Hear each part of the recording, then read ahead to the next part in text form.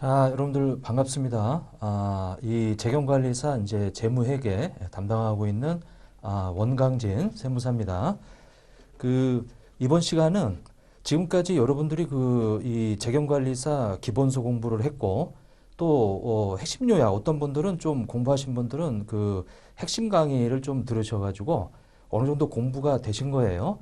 이 시간에는 이제 마지막으로 우리가 그 중요한 거 위주로 그 서브노트라고 하는 자료를 통해 가지고 공부를 좀 마지막에 좀 확인 좀 하시라고 이런 시간을 좀 마련을 했는데 어떻게 보면은 이제 새로운 어떤 환경으로 이제 여러분들 만나뵙게 돼서 좀 반가운데 그 서브노트 위주로 해서 이제 좀 찝어서 좀 말씀을 드릴게요. 그래서 그거 위주로만 좀 다시 한번 내용들을 좀 확인하시고 그 내용에 대한 어떤 그 설명은 여기서 하기는 좀 힘들고 이 장마다 그 출제되는 그 주제들이 있는데 그거를 좀 장별로 찝어서 이렇게 좀 말씀을 좀 드릴게요. 그래서 이 시간은 마지막으로 이제 확인하는 시간이에요. 이 시간에서 뭔가를 뭐 처음부터 공부하는 시간은 아니고 그래서 잘 좀 이 정리를 좀 해주시면 될 것 같아요, 이게. 자, 일단 첫 번째 우리 이 재무회계 그 서브노트 1장에서 보게 되면은 국제회계 기준의 특징이 있죠. 이 특징은 좀 잘 국제회계 기준하고 일반기업 기준을 잘 비교해서 나와요. 그거 첫 번째 그 표, 그거를 좀 잘 좀 정리하시자. 그래서 국제회계 기준은 전 세계 120개 넘는 나라에서 사용하고 있는 세계 표준 기준이란 말이에요, 이게. 그러다 보니까 이제 그 나라마다 환경이 다르다 보니까 원칙 중심으로 그리고 연결재무제표 기본 재무제표고 이 설명할 게 많죠. 그래서 주석을 굉장히 강화시켜 놔 있고 가급적이면 이제 공정가치 평가를 좀 이 강화해 놨어요. 적용을 확대해 놨다라고 하는 거. 자, 그래서 이제 그 부분을 좀 요 장에서는 좀 챙기시면 될 것 같아요, 이게. 그래서 이제 그 관련 문제를 한번 좀 보게 되면 자, 1번 같은 경우는 이제 회계정보의 국제적 비교 가능성이 제고된 반면 재무제표에 대한 신뢰성은 낮아진다. 전 세계 120개 넘는 나라들이 쓰는 기준서인데 당연히 비교 가능성뿐만 아니라 신뢰성도 높아지는 거죠. 답은 1번이 되겠더라라고 하는 거예요. 그래서 1장은 뭐 그 정도만 좀 챙기시면 될 것 같아요, 이게. 자, 그 다음에 이 2장으로 넘어가 보시죠. 자, 일단 여러분들 서브노트 가지고 계신 분들은 이 다른 문제들도 이미 풀었어야 돼요. 이미 이제 그 내용, 이 숙지가 좀 돼 있어야 되고. 자, 그 다음에 이제 2장인데, 2장은 이제 개념 체계라고 해서 사실은 이제 무조건 나온다 생각하시고, 이제 봐야 되는 장인데, 자, 거기 그 개념체계의 위상과 목적이다 이렇게 나와 있는데 뭐 당연히 여기서는 개념체계는 기준서가 아니다라는 멘트 이제 그게 좀 중요하고요. 그거는 이제 무조건 알아야 되는 거고. 자, 그다음에 상충할 시에는 이제 개념체계가 우선하지 않죠. 그 멘트 잘 나오고. 그다음에 일반 목적 재무보고의 이 목적이다라고 해서 이것도 이 개념 체계에서 말하는 이제 재무보고의 주요 대상자들 있죠. 주요 대상자들. 그 대상자들은 여기 나오는 현재 및 잠재적 투자자, 대여자 및 그 밖의 채권자예요. 이 사람들이 주요 대상자다 이런 얘기죠. 그래서 회사의 경영진이라든지 아니면 감독기관이라든지 이런 일반 대중, 요 사람들이 아닌 일반 대중은 주요 대상자가 아니다라고 하는 멘트. 자, 그 다음에 이 재무보고 자체가 보고기업의 가치를 보여주기 위해서 고안된 것은 아니다. 여기 앞부분에서는 이제 이론 문제인데 그런 어떤 멘트를 좀 잘 좀 체크해 놓으시라 이제 그런 얘기죠. 자, 그래서 우리가 이 내용을 좀 한번 보게 되면 자, 다음 중에서 일반 목적 재무보고의 목적에 관한 설명으로 가장 올바르지 않은 거. 자, 1번에 보면은 일반 목적 재무보고의 목적은 현재 및 잠재적 투자자, 대여자 및 기타 채권자. 자, 거기까지가 주요 대상자들이에요. 그 사람들의 어떤 의사결정을 위해서 정보가 제공되는 거죠. 자, 2번에 보면 현재 및 잠재적 투자자, 대여자 및 기타 채권자에 해당하지 않는 기타 당사자들. 여기 지금 그 감독 당국 이렇게 나오는데 자, 이 사람들한테 유용하다면 요거는 얼마든지 이용될 수 있는 거지 그 사람들이 주요 대상자는 아니다라고 하는 거죠. 그래서 2번이 이 틀렸다 이런 얘기예요. 그래서 그 내용도 좀 잘 좀 봐주시라. 그래서 현재의 잠재적 투자자, 대여자, 기타 채권자가 주요 대상자고 그 외에 감독 당국이라든지 아니면 경영진이라든지 자, 그런 사람들은 이 재무보고서를 이용할 수는 있어도 주요 대상자는 아니다 이런 얘기예요. 그거 멘트 좀 체크를 좀 해주세요. 자, 그 다음에 이 밑에 우리 기본 가정, 계속 기업의 가정이다 뭐 이렇게 나와 있고요. 자, 이제 반드시 알아야 될 게 이 근본적 질적 특성이라고 해서 유용한 정보가 되기 위해서 반드시 갖춰야 될 이 근본적 질적 특성 두 가지가 있죠. 목표라고 그래, 목표. 그래서 목적 적합성하고 표는 우리 표현 충실성이라고 하는 거예요. 그리고 목적 적합성에 있어서는 이제 예피 중이라고 해서 세 가지 좀 외워주자. 그 다음에 표현 충실성은 완중무라고 해서 완전한 서술, 중립적 서술, 무오류다. 이거는 뭐 기본적으로 이런 게 좀 알으셔야 되고, 그 다음에 목적 적합성에 있어가지고 이제 이 확인 가치, 피드백 가치라고 하는데, 요거는 과거 의사결정을 이제 확인, 변경시켜주는 정보력이죠. 그리고 예측 가치라고 하는 거. 자, 요거는 그 자체가 예측치 또는 예상치일 필요 없다. 지금 제가 말씀드린 그 멘트들이 이제 시험에서 잘 나오는 멘트니까 좀 알아두시고, 중요성이라고 하는 거. 자, 이 중요성은 그 인식의 어떻게 보면 제약 기준이죠. 우리가 인식이라고 하는 거는 재무제표에 기록하는 거예요. 중요하면 기록하는 거고 중요하지 않으면 기록하지 않는 거죠. 다만 이 중요하다라고 하는 요 획일적인 계량 임계치를 우리 만드는 제정하는 이 기준위원회에서 획일적으로 정할 수가 없어요. 왜냐하면은 사용하는 기업이 이 중요함을 정하는 거지. 아니 기준서 만드는 이 위원회에서 뭐 이 100만 원 밑으로는 중요하지 않다 이렇게 정할 수는 없는 거죠. 이게 그래서 획일적으로 미리 정할 수 없다. 자, 그 멘트. 자, 완전한 서술. 우리 정보 이용자가 이해하는 데 필요한 모든 정보. 무조건 모든 정보는 아니죠. 중립적 서술이죠. 편의가 없어야 되고. 그 다음에 이제 무오류다라고 하는 부분.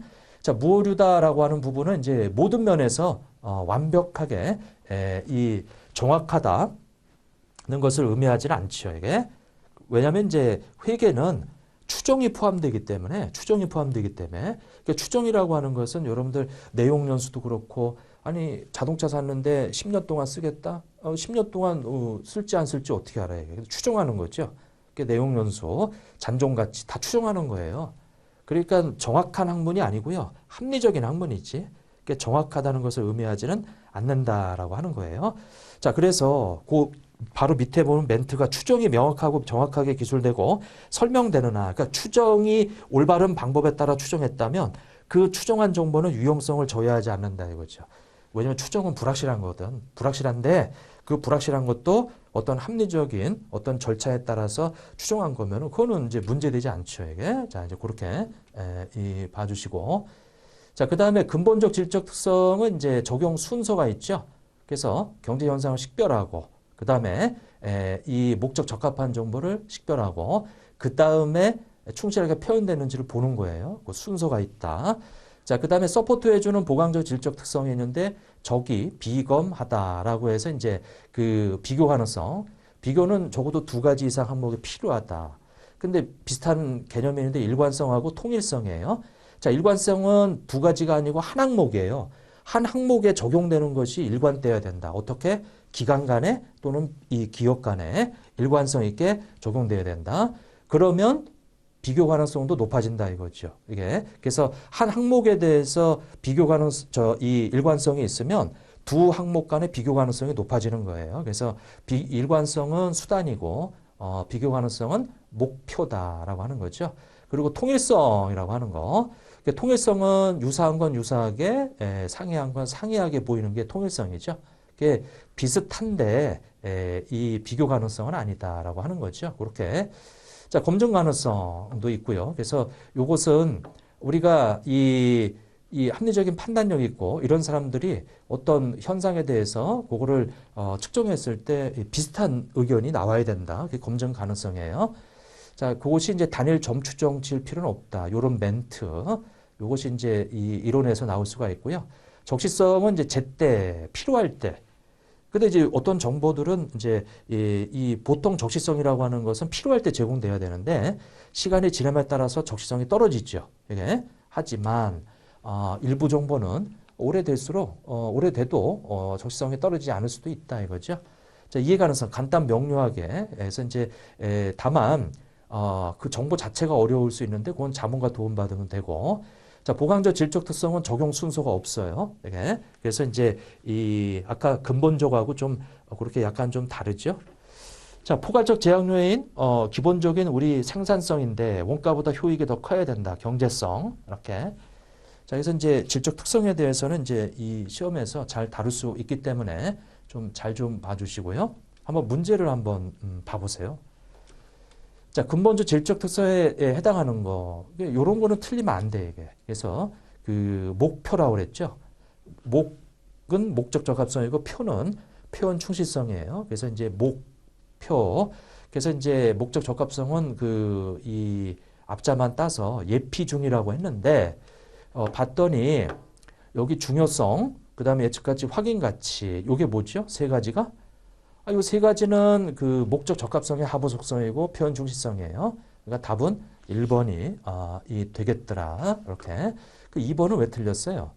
비교 가능성하고 검증 가능성은 이제 이 보강적 질적 특성이죠. 그 다음에 이해 가능성 마찬가지고 그 다음에 여기 보면 비교 가능성, 검증 가능성, 적시성 다 우리 이 보강적 질적 특성에 해당되는 이 속성들이에요.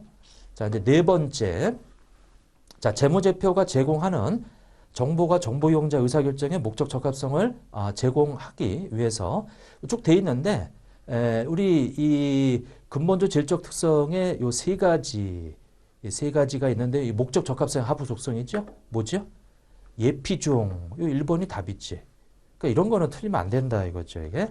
그래서 이제 1번이 답이 되겠더라. 자, 이제 고정게 돼 있고요.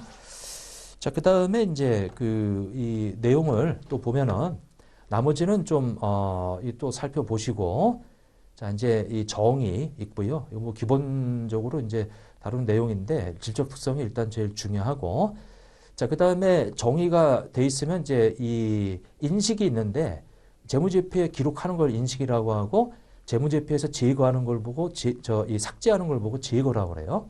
근데 인식 기준이 봤더니 바로 이 질적 특성을 갖추는 거예요. 정의를 충족하고 질적 특성을 갖추는 걸 우리가 인식 기준이라고 한다. 자, 뭐 그 정도만 보시고 자, 이제 중요한 게 뭐냐면 이제 재무제표에서 측정이죠. 측정이 중요하죠, 이게. 그래서 이제 이 측정에 보면은 화폐 단위를 이제 수량화하는 이제 과정을 말하는데 우리 측정에서 이 보면은 역사적 원가, 현행 가치 이렇게 나와 있어요. 주로 이제 자산 쪽을 좀 봐주세요. 자산 쪽에. 그러니까 자산 쪽에 보게 되면은 역사적 원가는 자산을 취득할 때 요 지급한 대가와 거래 원가, 요 부대 비용도 포함한다. 자, 그 다음에 부채는 이 차입하는 거, 처음으로 차입하는 거죠. 차입하게 되면 돈을 받아요. 근데 거래 원가는 돈이 나갔지. 그러면 당연히 받은 돈에서 저 나간 돈을 뺀 그것이 역사적 원가다라고 하는 거예요. 자, 그 다음에 이 현행 가치는 지금 현재 시점에서 이제 측정하는 건데 그 중에 이제 현행 원가가 있는데 요건 측정의 시점에서 과거에 이 역사적 원가로 취득한 자산을 지금 당장 사가지고 온다며 그러면 얘는 예전에 지급한 대가지만 얘는 지금 지급할 대가, 그 다음에 거기다 거래 원가를 포함한 거. 자, 시점이 얘는 실제 취득 시점이고 얘는 지금 기말에 우리 측정의 시점에 한번 그 자산을 사가지고 온다며 하는 그런 개념이란 말이에요. 자, 여하튼 거래 원가는 다 포함이 되더라. 자, 근데 부채는 과거에 실제로 우리가 차입할 때 말하는 건데 얘는 지금 측정일 날 똑같은 부채를 지금 차입한다면 내가 받을 금액 그 다음에 거기에다가 거래 원가는 차감해야죠. 이렇게. 자, 이걸 보고 현행 원가라고 그래, 이게. 자, 그래서 여기 지금 원가라고 들어가 있는 부분은 자산을 취득하거나 부채를 차입할 그거를 우리는 원가라고 그래, 이게. 그때 지급하거나 그때 수취한 거를 원가라고 한다. 자, 그런데 이 원가 말고 가치가 있어요. 사용가치, 공정가치 이렇게 돼 있는데 이것은 거꾸로 자산을 처분하거나 자산을 사용하거나 아까 취득하는 게 아니고 반대로 이것은 유출시키는 거예요. 예. 그래서 공정가치 같은 경우는 이제 이 자산을 팔아버릴 때, 자산을 매도할 때 이제 받을 금액이지 이게. 그리고 부채는 차입하는 게 아니고 이제 이전이라는 얘기는 상환한다는 얘기예요. 이 반대지 이게. 그러니까 이제 반대 개념에서의 가치를 말하는 거예요. 측정치.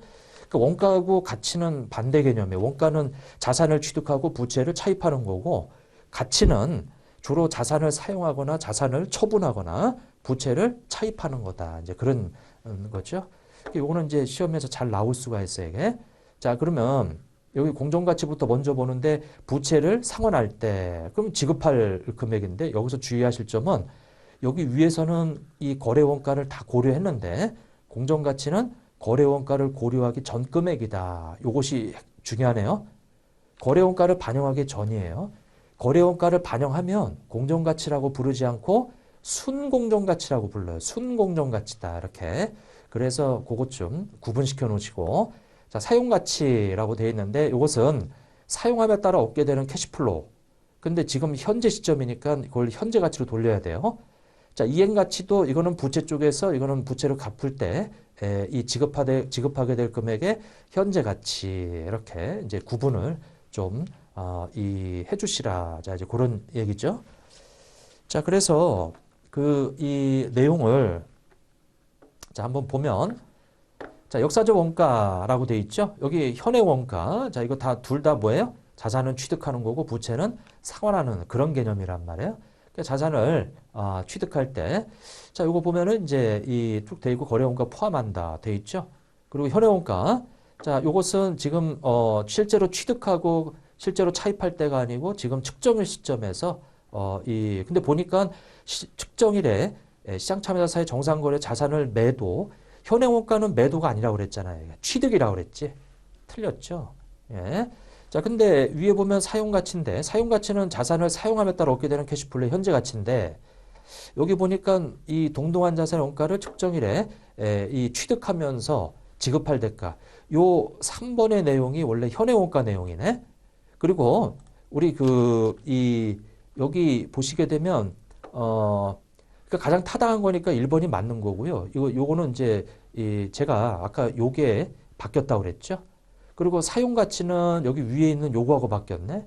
이 공정 가치가 바로 요 밑에 있는 내용이고 이렇게. 그래서 이제 이 공정 가치는 요 내용이고 그다음에 사용 가치는 이 위에 있는 이 공정 가치에 설명되어 있는 요 내용이고 그리고 현행 원가는 이제 요게 현행 원가 내용이죠.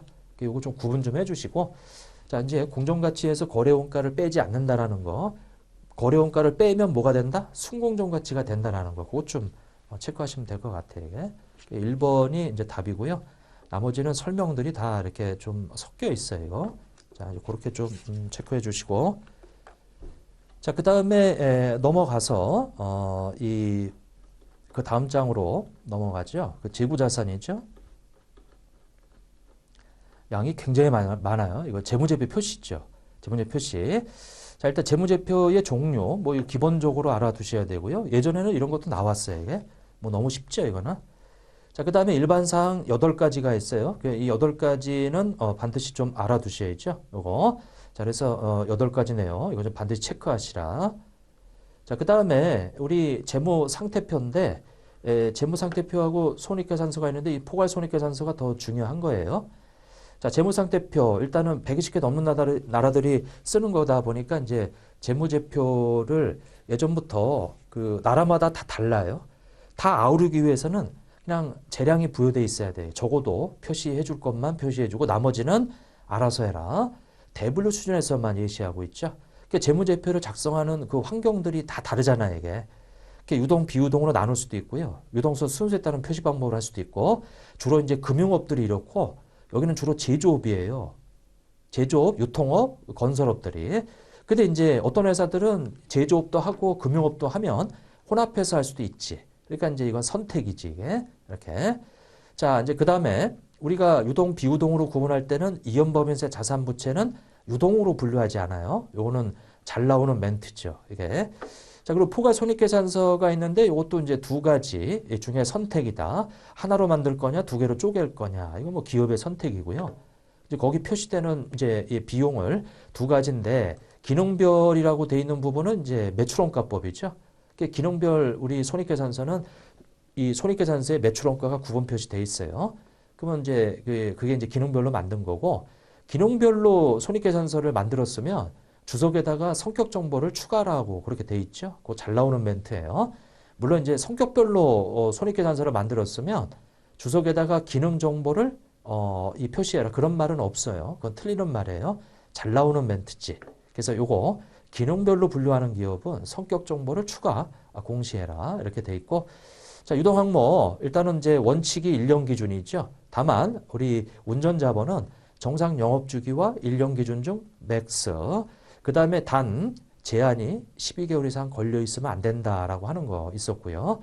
그리고 이 손익계산서의 기타 포괄 손익에 보면 재분류 조정하는 것과 안 하는 게 있는데 이거는 기본적으로 좀 외워주셔야죠, 이거. 그래서 재분류라고 하는 말, 재분류 조정이라는 것은 실현됐을 때 기타 포괄 손익에서 단기 손익으로 올려보내는 건데 얘네들은 하지 않는다. 요 밑에는 한다. 그래서 이제 구분이 돼 있고요.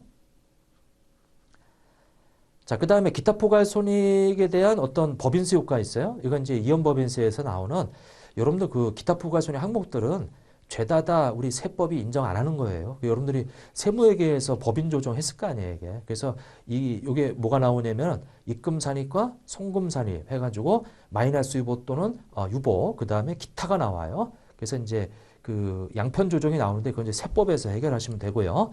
거기서 나오는 법인세 효과가 있다고. 이제 그거는 이제 기타 이 포괄 손익 항목에서 직접 차감하거든.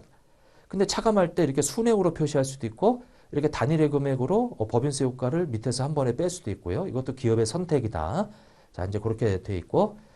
자, 나머지는 이제 넘어가고요. 그래서 이제 여기 이 부분에서는 그 일반상 8가지 있죠? 그거. 그다음에 그 재무상태표에 유동 분류 기준이 있어요. 그다음에 포괄 손익 계산서에 이 기타 포괄 손익이 있고 그다음에 거기 특별 손익 항목 표시하지 말라. 그다음에 영업 손익을 구분 표시해라. 뭐 이런 것도 있었죠. 그런 멘트들이 사실 시험에서 잘 나오는 멘트예요. 그래서 그런 것도 좀 잘 좀 체크해 놓으세요. 자, 그래서 우리가 이 8가지 기준 작성 기준이 있었죠. 유동성 순서에 따른 표시 방법이 더 목적 적합한적으로 제공하는 경우를 제외하고는 우리가 3가지가 있었는데 그게 유동, 비유동, 분류 기준이고 분류법이고 또 유동성 순수에 따른 표시 방법이에요. 그러니까 이제 이거는 선택이 있지. 만약에 유동성 순서가 더 목적 적합하다면 그걸 선택할 수도 있고요. 자, 그다음에 세부적 명시되어 있으면 명시되어 있나요? 아니, 우리나라뿐만 아니라 120개 넘는 나라들이 쓰고 있는데 이걸 세세하게 써놓을 수가 없어요, 이게. 지금 이 재량이 여기 보면은 이제 이 허용되지 않는다 이렇게 돼 있는데 틀렸죠?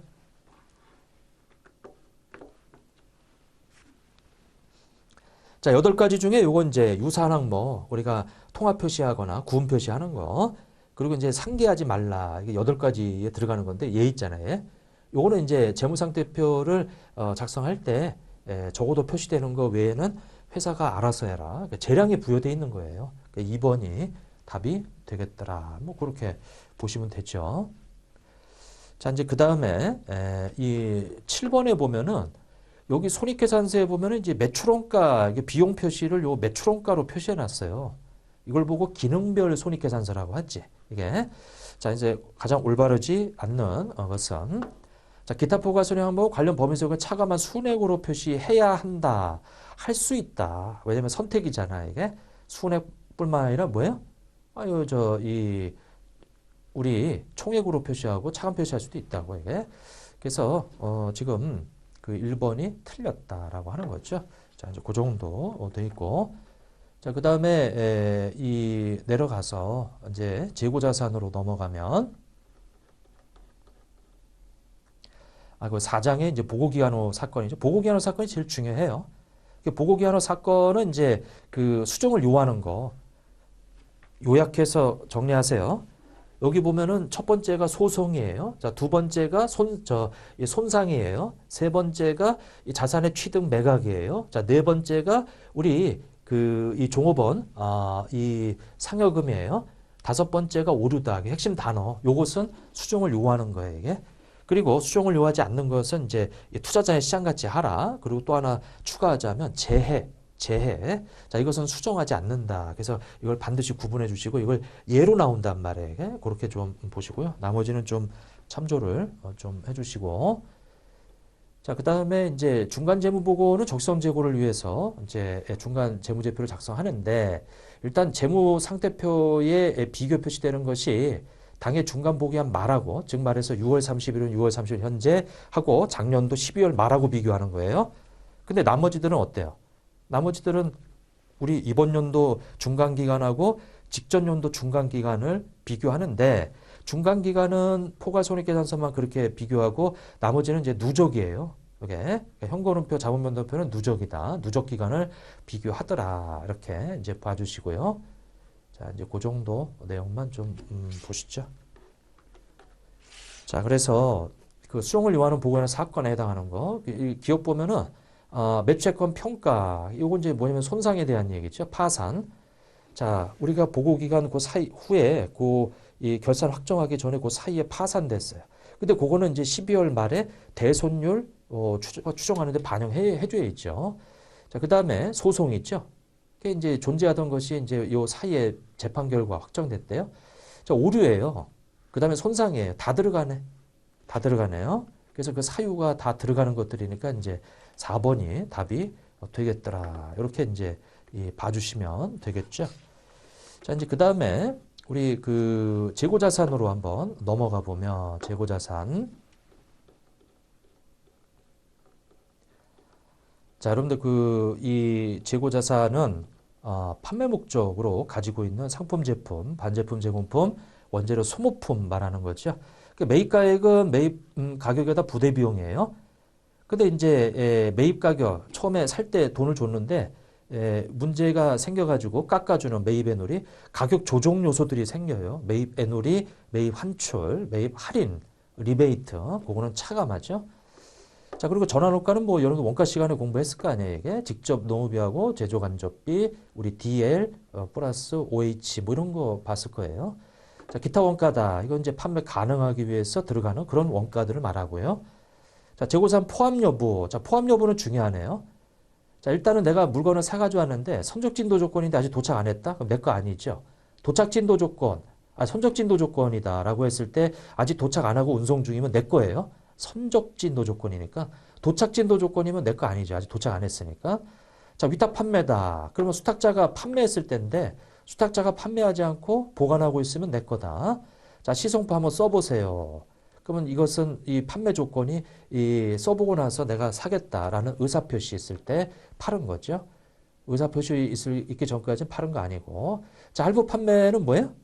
할부 판매는 이제 외상, 우리 이 대금을 나눠서 받는 거기 때문에 물건은 이제 인도했을 때가 파는 거죠. 이게. 자, 이제 그렇게 되어 있고.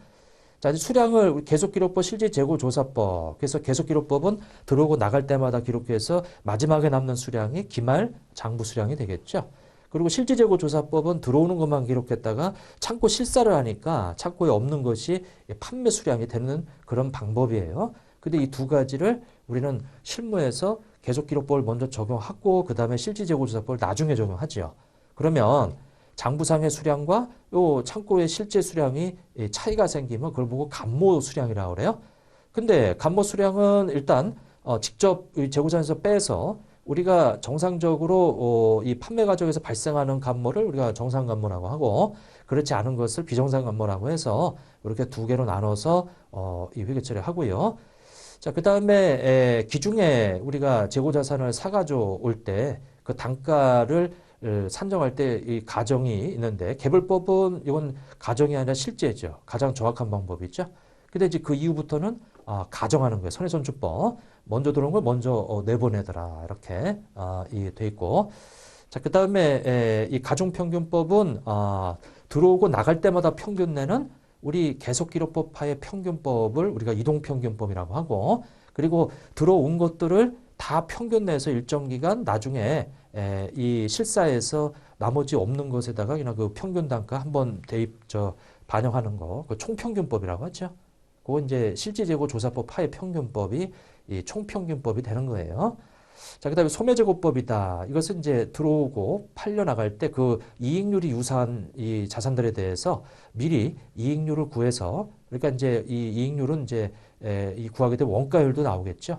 그래서 이제 우리가 포스라고 그래요. 그러니까 이제 그 재고 자산에 이 붙어 있는 바코드 찍으면은 바로 매출액 나오죠. 이렇게. 그러면 이제 매출 우리가 매가로 돼 있는 그 재고 자산을 이 원가율 곱해가지고 환원시키는 거예요. 이걸 이제 우리가 소매제고법이라고 하는데 표준원가법이나 소매제고법은 이제 이 실제 원가와 유사한 경우에만 여러분들 시험에서 이것이 상이한 경우에 이렇게 나오면 틀린다. 유사한 경우에 편의상 사용된다라는 거. 자, 그리고 물가 상승 기초재고보다 기말이 더 같거나 크면 또 입출이 빈번할 때는 여기 앞자만 따서 선의 총후 외우자고 그랬는데 요게 자, 그래서 재고자산 우리가 재고자산 자산이에요. 자산과 이익은 같은 방향이니까 재고자산과 이익 큰 순서가 선의 총후다. 그리고 반대로 이익의 반대가 이 매출원가인데 그때는 후이손주법이 가장 크죠. 이렇게 그래서 이제 이런 것들 이거 다 우리가 이 수업에 다 다뤘던 내용이기 때문에 여기서 뭐 설명을 하자는 것은 아니고 설명하면 이것만 가지고도 또 꽤 시간을 많이 할애해야죠. 일단 확인만 체크만 하시고 자 저가법은 기말에 가서 우리가 기중에 취득한 원가로 가져왔는데 기말에 왔더니 기중에 취득한 원가가 기말 단가로 돼 있어요. 근데 기말 시점에 우리가 이 자산부채 자본을 나타내는 게 재무상태표인데 기중에 취득한 그 단가를 그대로 재무상태표에 표시할 거냐? 아니 기말에 와서 이거 팔아가지고 나한테 들어오는 금액이 이 원가보다 떨어진다 이거예요. 그러면 그 자산 기말 시점에 이제 실질 우리 자산이 아니잖아요 이게. 그래서 떨어지는 경우에는 그거를 반영시켜 주자. 그것이 이제 저가법이에요. 떨어지는 경우에만 올라가는 거 말고.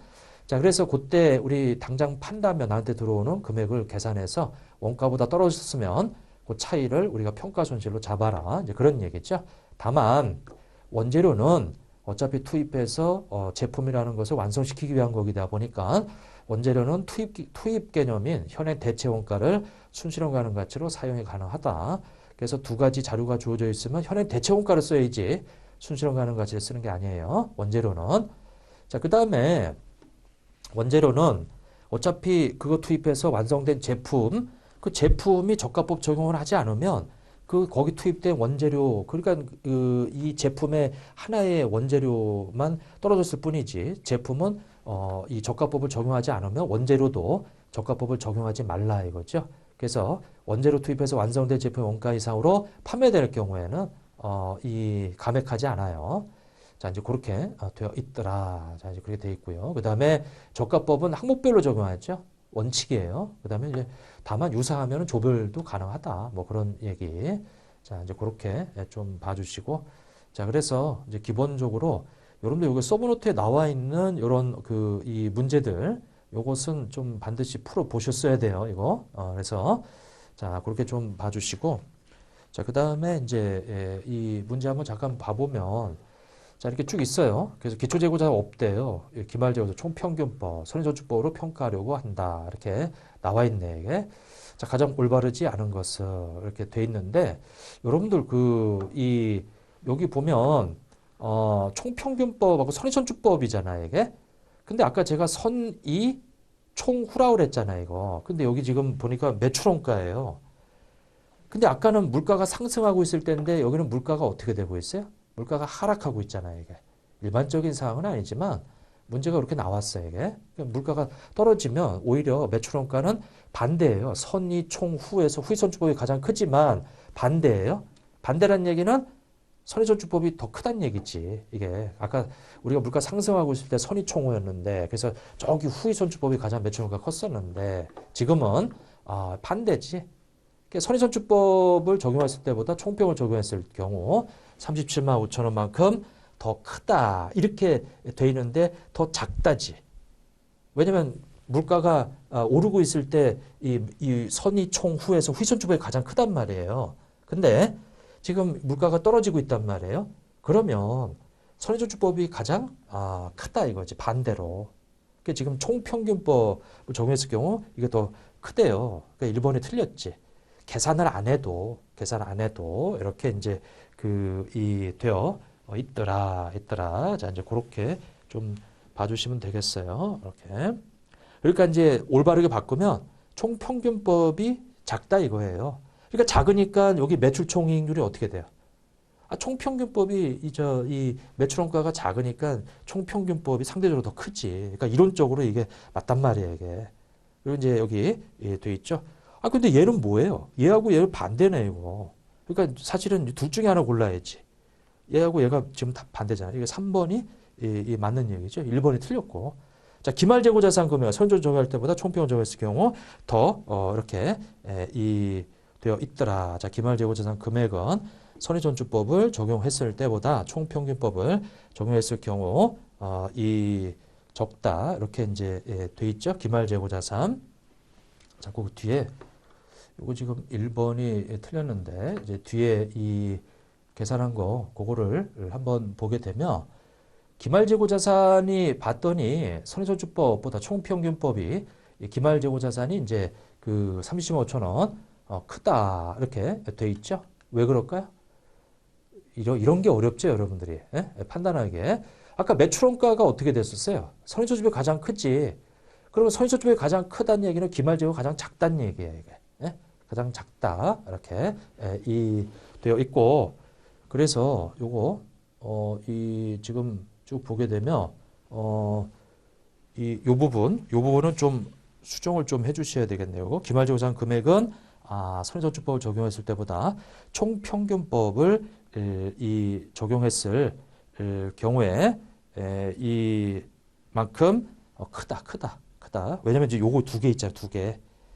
여기 총평균법을 적용했을 경우 30만 5천 원만큼 이 매출원가 작죠. 그러면 이제 재고자산 크지. 요건 조금 이 수정을 좀 해주세요. 요 부분은 왜냐면 이제 답안에는 제가 요거 좀 실수를 한 것 같은데 답안에는 이렇게 돼 있잖아요, 이게. 자, 요거 설정보다 총평균법이 크다 이거죠. 크다 이렇게 돼 있죠. 그래서 요 부분이 좀 잘못됐어요, 이게. 요거는 30만 원만큼 더 작다. 그래서 이제 답안에 보시게 되면 요게 작다라고 돼 있잖아요, 이게. 이렇게. 답안은 되는데 요 멘트가 좀 아까 잘못됐어요. 요것만 조금만 수정해 주시죠. 크다. 이렇게. 자, 이제 9번 이렇게 돼 있고 오히려 이런 문제 어렵죠. 사실은 시험장에서 이렇게 이 간단해 보이면서도 요거 따져보는 거. 자, 그 다음에 넘어가서 자, 이제 뒤로 넘어가면은 이제 지금 시간이 상당히 부족할 것 같은데 이제 재고자산 저거 되는데 상당히 시간이 많이 지나갔죠. 거기 유형자산 좀 한번 봐보세요. 자, 유형자산은 사용 목적이에요. 최초 원가에 해당되는 거, 해당되지 않는 게 있는데 거기 원가에 해당되는 것 중에서 이제 개정된 내용이 있어요. 시운전비에서 시제품 순매가액은 요것은 원래 차감했었는데 2022년부터는 요거는 차감하지 않고 그냥 단기 손익으로 처리한다. 요건 이제 개정된 내용이니까 그거 하나 좀 체크해 놓으시고 이렇게 원가가 아닌 거하고 이제 섞어서 나올 수 있기 때문에 요건 좀 구분만 좀 잘 좀 해주시라. 그리고 취득 이후에 이제 후속적으로 지출하는데 그 지출이 어떤 미래에 내용연수나 가치 증가를 하게 되면 자본적 지출, 자산 처리하고 그 당해년도에만 효과를 미치면은 이제 미래에 영향이 없으면은 이제 수익적 지출 비용 처리하는 거죠. 이렇게. 자, 이제 그 다음에 이 취득 시점에서 일괄 구입하면 두 개 다 사용할 거면 이 공정가치 비율로 안분하고요. 그 다음에 토지 건물 중에서 건물만 쓸 거면 이 토지만 쓸 거면 건물 철거 비용은 토지 원가로 들어간다라는 거. 사용하다 철거하면 이제 단기 비용 처리하죠. 취득 과정이 아니니까 이렇게 봐주시고 장기연벌 이거 외상이죠. 그럼 이제 유효자법에 따라서 이자 지역을 시켜야 된다라는 거. 자, 그렇게 해서 여러 가지가 있고요. 교환거래 요 두 가지 중에 하나라도 해당이 되면 장부가액으로 가는 거고 만약에 이 둘 다 충족하지 않으면 이제 공정가치라고 하는 걸로 이제 이 계산해서 처분손익을 계산하셔야지요. 자, 이제 그 툴 요거는 이제 우리가 수업 시간에 많이 연습을 했는데 요거 좀 한 번 더 체크하세요. 이건 좀 중요한 내용이에요. 자산 교환은. 자, 그다음에 이제 정부 보조금에 의해서 이제 이 취득하는 경우에 이 당해년도에 관련 수익과 관련해서 받은 보조금 있으면은 그 관련 비용하고 대응되도록 그렇게 해서 정보보조금 수익이거나 아니면 그 비용에서 차감하죠. 마찬가지로 자산 취득에 사용된 정보보조금도 그 자산이 비용 처리될 때 그때 별도의 정보보조금 수익으로 이 처리하거나 아니면 감가상각비에서 차감 처리 해주죠. 그게 이제 그 이 자산 차감법이나 아니면 이연 수익법이에요. 그렇게 해서 이제 처리를 했죠. 이것도. 자, 그 다음에 취득 이후에 이제 후속 측정인데 원가 모형하고 재평가 모형이에요. 원가 모형은 그냥 감가상각하고 손상 잡고 그렇게 하는 거고 재평가 모형은 우리가 감가하고 나서 재평가라는 걸 하고 난 다음에 손상을 잡아요. 그게 이제 재평가라는 과정이 하나 들어갔죠. 그 재평가는 우리가 분류별로 전체 다 하죠. 그리고 동시에 하도록 돼 있어요. 그리고 나서 이제 실무적으로 순차 적용도 가능하다라고 하는 거. 자, 일단 원칙이 없대면 어떻게? 재평가 잉여금, 기타 포괄손익.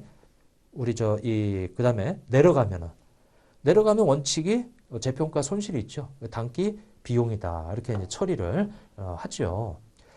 자, 그다음에 이전에 만약에 올라간 게 있었으면 떨어질 때 그 올라간 재평가를 먼저 없애주고 그다음에 재평가 손실이에요. 그리고 만약에 올라가는데 이전에 떨어진 게 있었으면 그 재평가 손실 해당되는 것만큼 재평가액을 잡아주고 초과하는 거를 재평가 잉여금 잡아라. 그게 재평가 모형의 뭐 다지요. 이거 이렇게 돼 있고, 자, 그다음에 사용되는 시점에 이익금을 제거할 수도 있고, 우리 폐기나 팔아버릴 때 또 제거할 수도 있죠. 이 부분이 어렵지 사실은. 근데 이제 기본서 충실히 공부하신 분들은 할 텐데 그렇지 않은 분들은 지금 해결하기에는 쉽지 않은 파트긴 해요. 이게. 근데 지금 제가 소문노트에 해놓은 거, 요 사례를 통해서 좀 잘 체크를 좀 해주시라. 자, 이제 사용분에 대해서 우리가 비용 처리하는 걸 감가상각이라고 하는데, 요거는 잔존 가치를 뺀 나머지를 그걸 감가상각 대상 금액이라고 하는데, 그거를 체계적으로 안분하는데 매년 똑같은 금액은 정해법이고 매년 똑같은 비율은 정률법이죠. 그리고 이제 연수학계법도 있고요. 뭐 그런 것들이 있는데 뭐 그거는 기본 요소 좀 잘 보시고 감가상각 방법 이렇게 나와 있다. 자, 그다음에 차입원가는 자산을 취득하는 과정에서 은행에서 돈을 빌려서 생긴 이자가 그 자산을 취득하기 위한 부대 비용이다. 그래서 반드시 자산의 원가로 집어넣어야 된다라고 하는 거.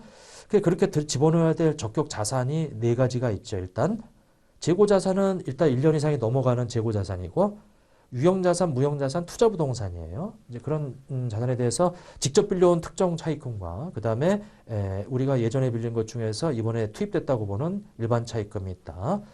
자, 자본화 기간은 이제 그 언제부터 개시할 거냐, 요 세 가지를 충족하는 시점부터, 그리고 이제 중간에 이 공사가 중단된 거죠. 다만 그 중단이 어쩔 수 없는 필수적인 경우에는 계속 해야 되는 거고요. 그 다음에 종료, 사용 가능한 상태죠. 판매 가능한 상태. 그래서 이제 유효자율법에 따라 계산되는 이자 비용은 다 들어가요. 자, 이제 순서가 이제 연평균 지출액 계산하고 특정 차입금, 자본화 먼저 구한 다음에 얘가 직접 빌린 거니까 그 다음에 간접 빌린 일반 차입금을 적용하고, 다만 얘는 이제 한도가 있다라고 그랬죠. 요 이제 요 순서에 따라 우리가 이 문제 풀 때 적용을 시켜 봤었는데, 요거만 순서만 잘 따라오시면 돼요. 이거는 그렇게 뭐 크게 어렵지 않으니까. 그래서 이 기본서에 있는 연습 문제라든지 핵심 요약집에 있는 연습 문제라든지 여기 서브노트에 있는 문제, 그렇게 해서 이제 보시면 뭐 깊게 들어가지는 않는다. 이 내용은 그렇게 이제 되어 있죠. 자, 그래서 우리가 유형자산의 이제 취득원가 구하는 거. 지금 취득금액 당연히 들어가고, 근데 여기 보면 새로운 상품을 소개, 광고 선전비예요. 이거는 이제 취득 부대 비용이 아니지. 그리고 요거 산출물에 대한 수요가 형성 과정에서 발생하는 가동 손실. 이미 가동하고 있는 건데 발생한 손실은 이미 사용 가능한 이후란 말이에요. 들어가지 않죠. 자, 요거는 아직 이 가동하는 데 필요한 상태에 이르게 하는데 직접 관리하는 전문가, 이거는 당연히 들어가야죠. 그리고 이거는 이미 가동될 수 있대요. 그러면 이제 그 이후니까 들어가지 않지. 요거하고 두 가지가 들어가겠다. 7억 1,500이라고 하는 것이 이제 되겠죠. 자, 그다음에 이제 11번에 보면 이제 손상에 대한 이제 부분도 있는데 손상에 대한 부분들. 자, 그 손상에 대한 부분들 우리가 이제 그 한번 보면 회수 가능액이죠. 왜냐면 장부 금액으로 왔다가 실제로 이거를 재무제표에 올릴 거냐. 근데 보니까 물 먹고 막 고장나고 그래서 실질 가치는 떨어져 있어요, 이게. 그렇다면 장부 금액은 우리가 감가상각 방법에 따라 내려온 선이고 실질 가치를 반영해 줘야지. 그래서 손상을 반영하는 거예요. 그래서 이 회수 가능액이라고 하는 요 맥스, 순공정가치, 사용가치 중에서 맥스. 그래서 이제 그 금액이 장부 금액보다 내려가 있으면 그 차이 나는 금액을 손상으로 잡아라 이거죠. 단기 비용 처리하는 거예요. 자, 다만 이제 나중에 그 이 삐거덕대는 거를 기름칠도 하고 그래서 정상적인 기계 장치를 이제 회복을 시켜놨다 그러면은 그 회수 가능액이 장부 금액보다 올라간단 말이에요. 이게. 근데 올라갈 때 예전에 원가 모형 같은 경우는 그 원가선을 넘어가면 안 되고 재평가 모형 같은 경우는 이제 예전에 떨어진 것만큼만 이제 환입을 시켜주고 나머지는 이제 재평가용으로 가는 이제 그런 내용이 바로 손상차손 환입에 들어가 있죠. 이게. 그래서 한도가 있더라. 여기 지금 색깔 칠해져 있는 이 부분이 한도죠. 한도 반드시 좀 확인해 보시고 자, 이제 그렇게 되어 있더라. 자, 이제 재고는 팔아버리는 건데 장부 금액하고 순매각 금액하고 비교하죠. 그래서 이제 둘 중에 순매각 금액이 더 크면 이익이고 순매각 금액이 작으면 손실이에요. 다만 장부 금액을 구성하고 있는 항목들이 이렇게 정상적인 감가상각뿐만 아니라 손상도 있고요. 내 돈이 아닌 정부 보조금도 있죠. 그래서 이런 것이 다 차감된 금액을 장부 금액이라고 불러요. 그래서 처분 순매각 금액하고 차이가 그게 처분 손익이 되겠다. 자, 여기 보면 우리 이 장부 금액이 6천이에요. 근데 이제 그때 이 3천과 3,500이라고 하는 순공정가치, 사용가치 중에서 맥스 3,500이죠. 그러면 6천에서 3,500 차이가 2,500이 나서 그것이 뭐가 되는 거예요? 손상 차손이 되는 거지, 이게. 자, 그런데 문제에서 그 물어보는 것은 그걸 물어보는 게 아니고 그 다음 연도의 감가상각비를 물어보는 거예요. 그러면 3,500까지 일단은 자산이 밑으로 내려갔어요. 그 3,500을 기준으로 앞으로 남은 10년 동안 그럼 나눠주면 어떻게 돼요? 350이 답이 되겠죠. 예. 그래서 이제 요 350 구하는 거. 그러니까 이제 이론적인 내용들은 어렵지만은 실제 이렇게 이 나오는 문제들 보면은 이 깊게 물어보지는 않는다라는 얘기예요. 그래서 그것 좀 확인 좀 해주시고. 자, 재평가 모형 1번에 보면은 기타 포괄손익이죠. 재평가 임금은 보고기한 말에 이거 차이 나지 않도록 주기적으로 하는 거고. 그리고 동일 내에 모두 해야 되고요. 그리고 이 순장부금의 공정가치로 수정하기 위해서 비례정법이나 전액제고법을 사용할 수 있다. 이렇게 이제 되어 있고. 자, 근데 여기 지금 보시게 되면 자, 뭐냐면 재평가 결과 이게 가장 옳지 않은 것은 1번이죠. 여기다가 원칙적으로 이런 말이 들어가면 그러니까 이제 올라가기만 했으면 저렇게 하는데 예전에 떨어졌다가 올라가면은 단서가 있어야 돼. 왜냐면 모두 다 기타 포괄손익이 아니고 만약에 예전에 떨어진 게 있었으면 그거만큼 재평가 잡아주고 초과액의 기타 포괄손익으로 가야 되겠죠. 이렇게. 왜냐면 나머지는 다 맞는 얘기이기 때문에 가장 올바르지 않은 것은 요걸 선택해야 되겠죠. 이게. 그래서 원칙적으로 이렇게 이제 멘트가 들어가 있는 거예요. 자, 이제 그렇게 좀 봐주시고. 그 다음에 13번에 보면은 이제 이렇게 나와 있는데 문제에서 물어보고 있는 것은 그 X1년 평균 지출액을 이제 구해라. 실제 물어보는 거는 간단하죠. 그러면 X1년도에 4월 1일부터 이제 저 개시 시점인데 1,000만 원에 대해서는 12분의 9개월이 지출이 됐고 6월 1일 거는 이제 12분의 7개월이 지출이 됐고요. 9월 1일 거는 이제 12분의 4개월이 지출이 됐죠. 그래서 그걸 다 곱해서 나온 금액이 여기 9개월하고 그 다음에 이제 7개월하고 그 다음에 요 4개월에서 12로 나눈 1,750만 원이 되겠다. 이 연평균 지출액 구하는 문제예요. 그래서 이제 그렇게 봐주시면 되고. 자, 그 다음에 이 한 대를 5만 원에 취득했다. 그래서 내원수 10년이고 잔존가치 없고 감가상각 방법은 그 이 정해법을 이렇게 돼 있죠. 근데 반드시 재평가 모형을 적용한대요. 그러면은 5만 원을 10으로 나누게 되면 이제 5천 원이 돼서 그런 다음에 X1년도하고 X2년도면은 이제 합쳐가지고 만 원이 되겠네요. 그 4만 원이 되겠죠. 근데 공정가치가 10만 원이니까 4만 원에서 10만 원이면 6만 원만큼이 재평가 잉여금이 잡혀요. 근데 너무 어이없죠. 문제에서 물어보는 것은 X2년 말 최종적으로 그 잡히는 장부 금액을 물어보니까 그거는 공정가치로 우리가 재평가를 했으니까 10만 원이 그냥 답이 되는 거지. 뭐 감가상각 재평가 이런 거 계산할 필요도 없이 그냥 이게 답이란 말이에요. 10만 원이. 자, 그래서 이제 그렇게 좀 봐주시자. 뭐 답안은 그 연도별로 다 해서 계산해 놨지만 그냥 10만 원 이렇게 답을 하시면 돼. 이게. 자, 그다음에 이제 이 보게 되면 이제 무형자산이 있죠. 무형자산. 이렇게. 그 이제 이 무형자산의 내용을 그 서브노트에도 우리 저 유형자산 문제를 그래도 많이 실어놨어요. 그런 것들 좀 잘 좀 봐주시고 무형자산은 눈에 보이지 않는 물리적 형태가 없죠. 그러다 보니까 자산의 분리 가능. 그 다음에 여기 식별 가능의 두 가지 있죠. 이 중에 하나만 해당이 되면 식별이 가능한 거예요. 자산이 분리 가능하다. 분리 가능하다는 얘기는 팔 수 있다, 매각할 수 있다, 또는 임대할 수 있다 이런 뜻이고요.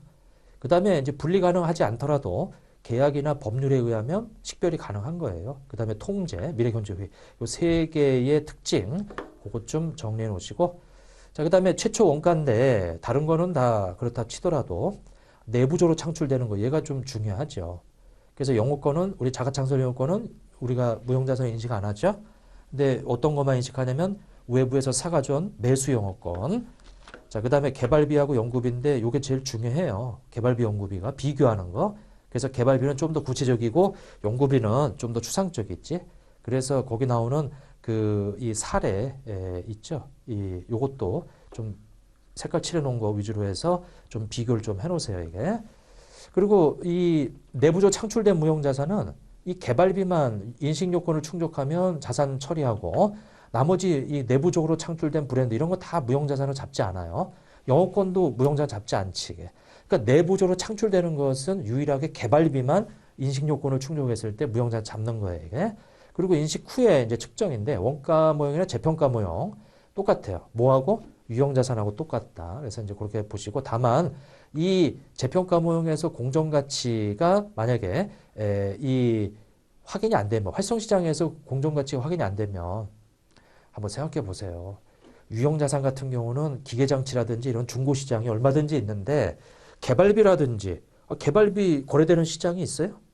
이제 이런 거 찾기가 쉽지가 않단 말이에요. 그래서 시장이 없다면 그냥 원가 모형으로 가라 이런 뜻이에요. 이게. 자, 이제 그렇게 좀 내용을 좀 봐주시고 자, 그 다음에 내용연수인데 무형자산에서는 이제 내용연수에서 비한정인 요 내용수가 비한정해. 요게 이제 일반 기업 표준이나 이런 데서는 없는 내용이에요. 비한정이라는 얘기는 내용수를 정할 수 없다는 뜻이지. 근데 여기 내용수를 정할 수 있으면 감가상각을 할 수가 있어요. 감가상각에 요 세 가지 요소가 필요한데 상각기간, 그 다음에 상각방법. 근데 상각방법에서 소비되는 형태를 반영하는데 다만, 요 다만이라는 단서가 우리 무형자산에만 이런 말이 있다. 유형자산에서는 이런 말이 없어요. 그러니까 이 소비되는 형태를 반영하지 못한다면 정액법을 써라. 이거는 무형자산에만 있는 말이다. 유형자산에는 이런 멘트가 없다. 그리고 무형자산은 잔존가치가 제로예요. 다만 예외가 있지 이렇게. 그리고 비한정인 것은 내용수 정할 수가 없으니까 상각을 못해요. 근데 이제 손상은 잡을 수가 있지. 이렇게.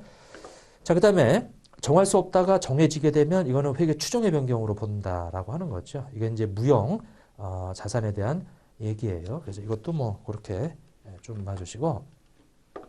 자, 특허권이죠. 그 특허권은 정액법으로 생각하고 이렇게 이제 돼 있는데 엑셀런도 인식할 특허권에 대한 이 뭐냐면 장부금액, 그 다음에 손상차손이다.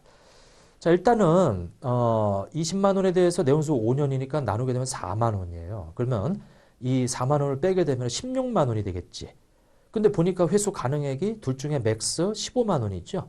그 16만 원에서 15만 원이면은 만 원의 손상차손이 발생하겠다. 요거 만 원이 요거밖에 없네요. 이렇게. 그리고 15만 원으로 이제 손상차손 계상하면서 15만 원 떨어졌으니까 장부 금액은 15만 원이 되겠죠. 이렇게 15만 원이 답이 되겠더라. 자, 그렇게 내용들을 좀 봐주시면 되겠어요. 자, 이제 됐고.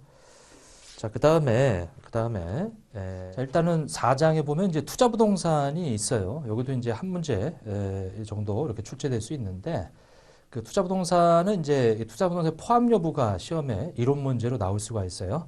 일단 투자부동산이다라고 하게 되면 요것은 임대란 얘기는 이제 운용 리스라는 얘기죠. 그러니까 이제 빌려주고 사용료 받는 거예요. 임대로 받는 거죠, 이게. 그래서 그런 멘트가 들어가 있으면 이제 그것은 투자부동산으로 들어가는 거고요.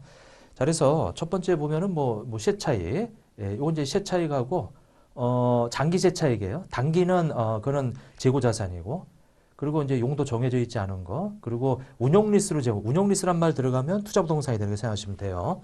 투자부동산이 아닌 거, 뭐 1번 같이 판매 목적, 이거 재고 자산이죠. 2번은 이 유형 자산이고. 자, 그래서 이제 이거 두 가지 섞어 놓고 나올 수 있으니까 좀 봐주시고요. 그 다음에 이제 후속 측정인데 공정가치 모형. 재평가 모형하고 다른 것은 올라가고 내려가는 게 모두 단기 손익이다. 그러다 보니까 감가상각은 안 해요. 뭐 특징 그거 좀 봐주시면 되고, 계정 대체죠. 투자부동산에서 다른 계정으로, 그리고 다른 계정에서 투자부동산으로. 다만 다른 계정에서 투자부동산으로 갈 때 공정가치 모형만 주의하시면 돼. 이게. 왜냐하면 이제 다른 계정의 장부 금액으로 돼 있던 것을 공정가치로 가다 보면 차이가 생긴단 말이에요. 재고자산 같은 경우는 그 차이를 단기 손익 처리하고, 그 다음에 유형자산 같은 경우는 그 차이 나는 것을 재평가 모형하고 동일하게 처리한다라는 거, 그것만 좀 봐주시면 되겠네요. 자, 그래서 관련 문제를 한번 좀 보면은, 자, 자가사용, 자, 이거 유형 이 자산이죠. 자, 그 다음에 두 번째 정상적인 영업 과정에서 판매 재고 자산이에요. 그리고 세 번째 제3자에게 운용 리스란 말 들어갔잖아요. 이게. 그게 임대란 말이에요. 3번이 답이다라고 하는 거죠. 그렇게만 봐주시면 되겠어요. 이게. 자, 그리고 거기 임대란 말 들어가면 투자부동산이에요. 공정가치 모형이다. 그러면 이 밑에 보니까 공정가치 모형은 그 감가상각을 안 하죠. 그러면 1억 원에 취득해서 X년도 말에 9천만 원이 됐으면 1천만 원의 평가 손실이 발생하는 거예요. 그리고 X년도에 가서 또 1천만 원이 또 떨어졌어요, 이게. 그럼 또 1천만 원의 평가 손실이 또 생기는 거지. 그래서 X년도 말의 회계 처리는 4번에 나와 있는 평가 손실 1천만 원. 그렇게 이제 되겠더라. 자, 공정가치 모형은 감가상각을 하지 않는다라는 거, 그거를 좀 봐주시면 되죠. 자, 됐고요. 자, 그 다음에 자, 이제 내용이 굉장히 방대한 부분이죠. 우리 금융자산, 여기는 이제 중요한 거 위주로만 좀 찝어서 공부하시라고 좀 체크만 하고요. 자, 일단 금융상품이다. 그래서 이제 쭉 나와 있는데, 금융상품은 안에 금융자산, 그리고 동시에 금융부채 또는 지분상품이죠. 금융자산과 금융부채는, 금융자산은 권리지만 금융부채는 의무예요. 그러니까 반대지. 그래서 금융자산에 보면 이제 계약상 권리인데 금융부채는 계약상 의무다.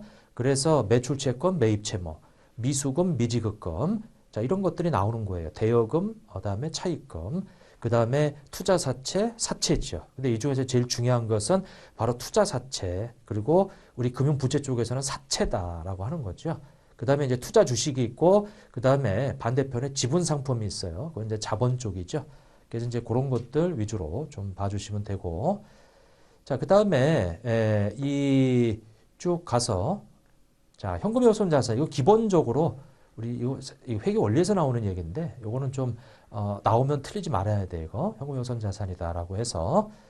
자, 그다음에 금융 자산의 분류라고 해서 이 두 가지 분류 기준에 따라 A씨나, 요게 A씨 있죠? FVOCI나 그다음에 FVPL이다. 이렇게 돼 있어서, 자, 일단은 금융상품은 세 가지가, 이 금융자산이 세 가지가 있는데, 이 중에서 이건 중요치 않고요. 요게 중요해요. 지분상품, 그 다음에 채무상품이다. 자, 지분상품은 주식이라고 생각하시고, 채무상품은 사채라고 생각하세요. 이 지분상품은 원칙이 FVPL이에요. 다만, 단기 매매 목적이 아닌 경우에는 예외로 이렇게 FVOCI로 지정할 수 있어요. 그리고 채무 상품은 회사가 보유 목적에 따라서 이게 보유 목적이죠. 요게 FEPL이나 FVOCI나 AC로 분류할 수 있다라고 하는 거. 자, 근데 사채도 예외로 FEPL로 지정할 수 있어요. 이렇게. 자, 이제 그래서 이제 구체적인 측정으로 가면은 처음에 최초 측정할 때는 공정가치로 다 측정하는 거예요.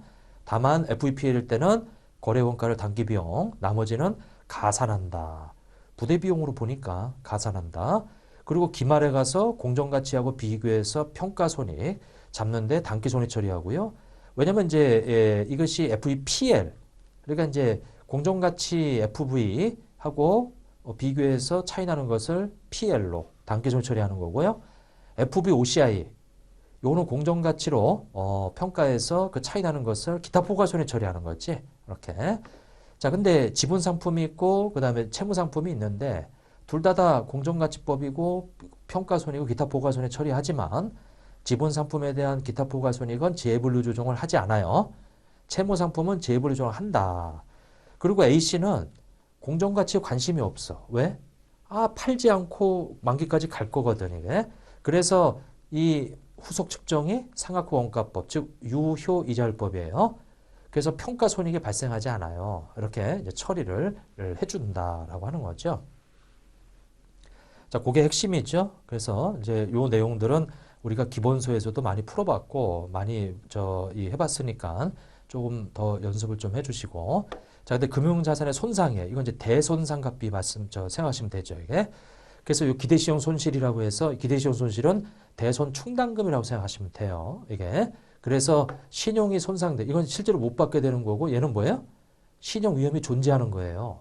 근데 신용 위험이 존재하는데 그게 중요하지 않으면 12개월이고요. 그러니까 12개월에 어떤 그 위험만 반영하는 거고 만약에 신용 위험 그러니까 이제 채무 불이행이라는 이 손상이란 말은 채무 불이행, 즉 캐시플로우. 미래에 우리 사채 같은 경우는 이자 액면이자 받기로 하고 액면 받기로 하는 그런 약속돼 있잖아, 이게. 근데 그거를 못 받게 될 위험이 존재한다 이거죠. 근데 얘는 신용이 손상된 경우는 못 받게 되는 거예요. 그 미래 캐시플로우가 실제로 이제 못 받게 되는 거지. 그러면 요 두 가지 신용 위험이 존재할 때는 그거를 우리가 추정해서 그 금액을 대손 충당으로 잡아라. 물론 이제 여기서는 손실 충당금이라는 명칭을 쓰죠. 그 신용 이 손실 그거를 이제 잡아주는데 전체 기간이냐 12개월이냐 이건 주어져요. 물론 여러분들 시험에서는 그렇게 너무 깊이 들어가진 않아요, 이게. 이제 돼 있고 그다음에 와서 이 채무 불이행에 대해서 잡는 거기 때문에 채무 불이행이 뭐죠? 원금 이자란 말이에요. 그 지분 상품 원금 이자로 돼 있는 게 아니니까 손상을 인식하지 않지. 그럼 뭐가? 채무 상품만 잡아요. 근데 채무 상품만 잡는데 채무 상품도 FEPL로 분류될 경우에는 손상을 안 잡지. 왜? 어차피 단기 손익으로 다 반영되니까. 그래서 이 FEPL 손상 안 잡고요. 그리고 FVOCI 지분 상품도 손상 안 잡고요. 그러니까 FVOCI 지분 상품 안 잡고 채무 상품하고 A씨만 잡는 거예요. 이게. 자, 이제 그렇게 돼 있다. 자, 그리고 손상됐을 때 그 사유가 이거는 이제 이 채무자의 어떤 재무적 어려움 때문에 그렇죠. 계약 위반. 계약 위반이 뭐예요? 이자 주기로 했는데 안 준다 이거죠. 이제 그런 것들. 그리고 이제 차입 조건을 이제 바꿔야 된다 이거죠. 이런 것들. 그리고 재무적 어려움 때문에 활성시장에 소멸되는 경우, 상장 폐지됐다라든지 그런 부분들. 자, 이것이 이제 손상 사유에 해당이 되는 거예요. 자, 그래서 이제 금융자산을 제거하는데 제거는 우리가 재무제표에서 없애는 거지. 그럼 첫 번째 권리가 소멸되는 게 뭐예요? 실현되는 거지. 회수되는 거. 그러면 금융 상품이 이제 우리 돈으로 회수되면 이제 제거시켜야죠. 그리고 또 소멸되는 게 대손되는 거예요. 못 받게 되는 거지. 근데 그거 말고 양도하는 경우도 있는데 양도했을 때 그 채권이 가지고 있는 위험과 보상이 대부분 이전됐으면 제거해야 되고 대부분을 보유하고 있으면 계속 인식해야 되고요. 대부분을 이전하지도 않고 보유하지도 않는다. 그럼 이거는 뭐냐면 내가 분명히 이전을 했지만 그중에 일부를 내가 보증을 하고 있다. 그러면 이거는 완전히 이전된 것도 아니고 내가 계속 보증한 부분에 대해서 관여를 해야 돼. 이게. 자, 그러면 그랬을 경우는 통제 여부를 따져요. 그래서 통제는 양수자가 자유롭게 제3자한테 양도할 수 있는 것을 말하는데 만약에 자유롭게 양도할 수 없대요. 왜? 내가 양도하면서 양수자한테 보증을 해놨어, 이게. 그러면 그 보증을 해놨는데 양수자가 그걸 자유롭게 만약에 다른 사람한테 이전해버리면 보증의 효력이 없어져 버려요. 그러면은 그 양수자는 마음대로 이 양도를 할 수가 없어요, 이게. 그럼 내가 계속 그 보증한 것만큼 내가 계속 지속적으로 관여하고 있는 거지. 그거는 계속 인식해야 돼요. 요거 이론적으로 나올 수 있다라고 하는 거. 자, 재분류죠. 자, 일단은 공정가치로 재분류하는 거예요. 항상 다음 연도 1월 1일 날 12월 말 법인 같은 경우는 12월 말까지는 재분류 전에 회계 처리하고 그 다음에 그 다음 연도 1월 1일 날 재분류 회계 처리하는 거예요, 이거. 그래서 그 재분류하는 날에 공정가치로 다 바꾸는 거예요. 근데 이제 문제는 요 A씨지. A씨는 공정가치로 처리 안 하다가 재분류를 하게 되면 공정가치로 재분류하다 보니까 차이가 생겨. 근데 FBPL하고 요 A씨 장부 금액하고 차이 나는 것은 단기손익 처리하고요. 그리고 FBOCI로 재분류하게 되면 그거는 기타 부가손익 처리해요. 그렇게만 좀 봐주시라. 이렇게. 자, 그 다음에 FBOCI로 돼 있다가 이제 요 A씨로 바꿔요. 요 FBOCI하고 FBPL은 공정가치니까 어차피 이 공정가치로 대체시키면 돼요. 다만 여기 OCI로 돼 있던 것을 얘는 PL로 처리하니까 그때 재분류해서 우리 단기손익으로 바꿔주기만 하면 되고, 근데 여기 OCI로 돼 있던 건데 여기는 AC 장부금액이란 말이에요. 그러면 OCI는 없어져야지 이게. 그럼 OCI를 어떻게 없애냐? 공정가치로 대체하고 나서 거기서 없애라. 그렇게 돼 있죠. 요 말 뜻이 좀 어렵죠. 요것도 사실 수업 시간에 좀 어려웠을 거예요, 이게. 근데 여기 뭐 정리하는 시간에 요거 체크만 좀 해놓으시고, 나 모르겠다. 그러면 일단 재분류 후에 공정가치로 돼 있는데 재분류 전에 공정가치가 아닌 A씨가 공정가치로 갈 때 요거는 단기손이고 요거는 OCI다. 일단 그렇게 좀 봐주시고, 그 다음에 여기 이 FBOCI에서 OCI 잔액이 있는데 FVPL로 갈 때는 OCI를 PL로 바꿔주기만 하면 되고요. 근데 여기는 이제 FV 공정가치로 대체했다가 A씨로 바꿔줘야 되니까 그때 이 OCI 조정해서 없애주면 돼요. 자, 아무튼 요거는 좀 이해가 안 되더라 그러면 요게 제일 어렵거든요, 이게. 그러면 나머지만이라도 좀 제대로 해놓으세요. 요거는 이렇게. 자, 이제 보시고, 자, 그다음에 이제 넘어가서, 자, 여기는 워낙 내용이 좀 어렵죠, 이게. 문제도 좀 많이 좀 실어놨어요, 이게. 그래서 좀 봐주시고, 자, 거기 자, 한번 보세요. 자, 쭉 돼 있죠. 그러면 취득하는 경우, 취득과 관련해서 유출된 현금은 얼마냐? FB 뭐냐면 이제 OCI로 이제 분류를 한대요. 근데 지금 이렇게 쭉 돼 있는데, 이거는 2억 원이라는 액면 금액에다가는 현가계수를 곱해주죠. 근데 이게 만기가 2년짜리이기 때문에 이걸 곱해주면 돼요. 그리고 매년 이 액면이자율 12%면 2,400이에요.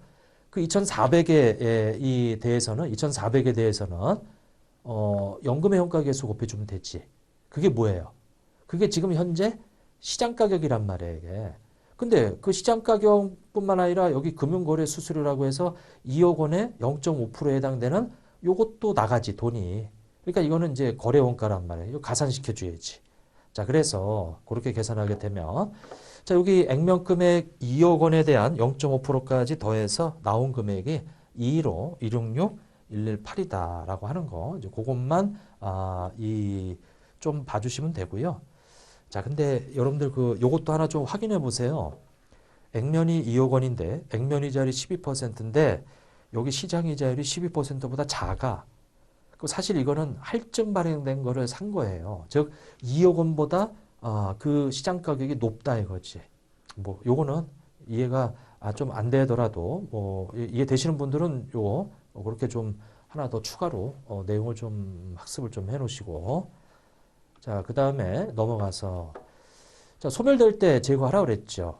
자, 이게 돼 있고, 그 다음에 금융자산의 현금 매입에 대한 계약상 권리는 양도하였지만, 자, 권리는 양도했대요. 근데 양도자가 매도 후에 이 당의 금융자산을 미리 정한 가격으로 재매입하기로 약정한 경우에는, 자, 여기 미리 정한 가격. 무슨 얘기냐면 재매입할 때 공정가치로 재매입하는 게 아니고 미리 정한 가격이란 말은 공정가치하고 상관없이 우리가 양도할 때 양도할 때 돈 받은 거 있잖아요. 이게. 근데 나중에 가서 재매입할 때 미리 정한 가격이라는 얘기는 그 양도할 때 받은 돈에다가 이자 얹은 금액을 미리 정한 가격이에요. 그럼 이거는 실제로 팔은 게 아니고 그 금융자산을 담보로 해서 차입한 거지. 그래서 이거는 제거시키면 안 되겠다라고 하는 거죠. 근데 여기 제거한다라고 되어 있네요. 좀 어렵죠. 이해가 좀 필요한 부분이에요. 자, 그리고 양도하고 이용가부서 대물이 이전됐다. 그럼 제거해야죠. 양도하고 이용가부서 대물을 보유하지도 아니하고 당해자산을 통제하고 있지도 않다며 금융자산을 통제하고 있지 않대잖아요. 이게. 통제하고 있다면 지속적인 관여 정도까지 계속 인식하게 돼 있지. 자, 그래서 2번이 틀렸다. 이건 차입거래로 본다 이거죠. 그 금융자산을 담보로 돈 빌린 걸로 본다. 자, 이제 그렇게 돼 있고. 자, 그 다음에 우리 요 부분이 21번을 먼저 풀어볼게요.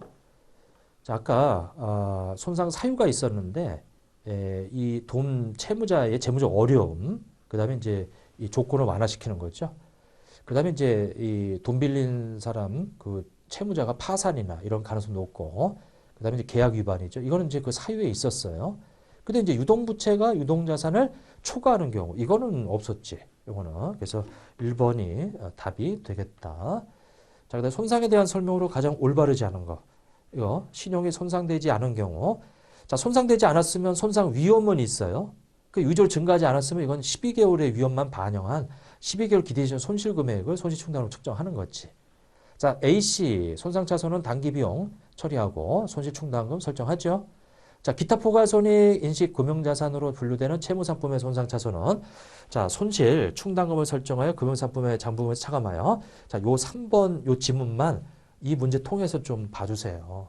이거 사실 수업시간에 다 얘기했던 거지만 참 수험생 입장에서 받아들이기 어려운 내용이었어요. 이게. 자, FVOCI예요. 그럼 얘는 중요한 게 공정가치로 표시하는 거예요. 근데 지금 손실충당금이라는 계정을 쓰게 되면 어떻게 되냐면 FVOCI 공정가치로 표시하고 그 밑에다가 손실충당금 마이너스 표시해서 결과적으로 이 공정가치가 훼손돼 버려. 그 장부금액이 공정가치에서 손실상을 빼버린단 말이에요. 그걸 막기 위해서 FVOCI는 손실충당금을 쓰지 않아. 얘를 자산에서 차감하지 않고 여기 평가 이익으로 잡아버려요, 이게. 그래서 오로지 FVOCI는 공정가치로만 표시될 수 있도록. 그래서 손실충당금을 쓰지 않는다. 요거는 조금 난이도가 있죠. 근데 여러분들 시험에서 예전에 출제가 됐던 문제이기 때문에 한번 내용을 좀 봤어요. 예, 이렇게 돼 있다. 자, 이제 그렇게 되어 있고요. 그 다음에 자, 우리 이 금융자산 이거 우리 그 문제 상당히 많이 돼 있죠. 우리 유학집에서도 많이 풀어봤고 그랬는데 한번 살펴보시고 사실은 제일 어려워하시는 파트예요, 거기가. 자, 근데 반대편에 있는 사람이 있죠. 이제 금융 부채 있죠. 사채를 발행하는 쪽. 그래서 이제 나오는데 단기손익 요 금융부채 단기 매매 항목하고 이제 지정할 수 있다라고 하는 부분이 있고요. A씨.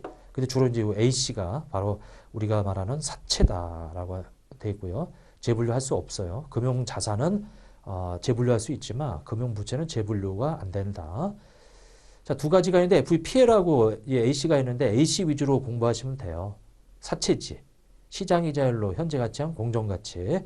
거기다가 거래원가가 있는데 얘는 차감해 있지. 차감하는 이유가 뭐예요? 아니, 부채는 돈을 빌려오는 거니까 들어오는 돈인데 거래원가는 돈이 나가니까 차감해 있지. 그러면 어떻게 돼요? 빌려오는 이 수치액이 줄어들지, 이게. 근데 줄어드는데 미래에 갚아야 될 금액은 딱딱 정해져 있죠. 그러면 차이가 벌어져, 안 벌어져? 벌어지죠. 그 얘기는 실제로 부담해야 될 유효이자율이 커진다는 얘기예요. 시장이자율로 시장에서 빌려와서 거래원가만큼 돈 나가서 그걸 빼게 되면은 그만큼 내가 조달하는 금액이 줄어든단 말이에요. 그러면 유효이자율이 커지지. 왜? 그 거래원가가 지금 비용 처리하지 말고 미래에 이자 비용이 얹어라. 이거 이자 비용이 얹으니까 유효이자율이 올라가는 거예요. 이게. 자, 그게 이해됐으면은 상당히 공부가 많이 된 건데, 근데 자, 일단은 부채는 공정가치에서 거래원가를 차감한다. 근데 자산에서는 어떻게 썼어요? 가산시켰지, 반대로. 이렇게. 그 상각후 원가법, 유효자율법이에요. 이게 그렇게 돼 있다. 자, 그 정도 보시고 사채 발행이다. 자, 할인 발행 되는 이유는 액면이자율, 시장이자율. 사채 발행비가 없으면 제가 거래원가 없으면 그냥 시장이자율 곧 유효이자율이에요. 이렇게. 근데 사채 발행비가 만약에 존재하면 어떻게 돼요? 유효이자율이 더 커지지. 왜? 사채 발행비만큼 그 사채 발행비를 지금 비용 처리하지 않고 미래의 이자 비용으로 얹을 거거든. 그러니까 유효이자율이 더 커지는 거예요. 자, 그래서 유효이자율이 왜 커지는지 그걸 알으세요? 왜? 사채 발행비를 지금 비용 처리하지 않고 어떻게? 이 만기 때까지 이 사채 발행하면서 들어간 이 부대 비용을 이자 비용으로 얹을 거다 이거예요. 그러니까 유효이자율이 더 커지지. 이렇게. 그래서 이제 액면 발행, 할증 발행이 있더라. 지금 요 표는 상당히 우리 수업 시간에 가장 기본적으로 좀 했던 표인데 그림으로 그리고만 했던 건데 잘 좀 정리를 좀 해주시라. 이렇게. 자, 됐고요. 사채 상환이 있다. 자, 상환할 때 조기 상환할 때 그 상환 시점의 시장이자율하고 우리가 발행 시 이 유효이자율, 자, 그 차이 때문에 발생하는 거죠. 만약에 상환 시 시장이자율이 크면 어떻게 돼요? 시장이자율이 크면 그만큼 이자가 많이 제거되니까 가격이 떨어져요. 그럼 당연히 우리는 갚아야 되는 사람 입장에서는 적게 주고 갚으니까 이게 이 이익이 되겠죠. 이게 더 크면. 작으면 지금 상환시 시장이자율이 작으면 지금 현재 가격이 높게 형성돼 있으니까 많이 주고 상환해야 되니까 이제 손실이 발생하는 거지. 이게. 자, 이제 그렇게 돼 있더라. 자, 이제 그 정도만 체킹하시고 나머지는 좀 참조를 좀 해주세요. 그리고 이 복합금융 상품은 워낙 좀 복잡하죠. 이 부분은 조금 생략할게요. 왜냐면 요거는 내용을 다 설명하자면 이건 이제 기본서 강의 때는 몇 시간씩 해야 되는 내용이에요. 근데 다만 이 표는 좀 정리해 주시고, 근데 이거 처음에 발행할 때 적어도 전환권 대가 구하는 거 있죠.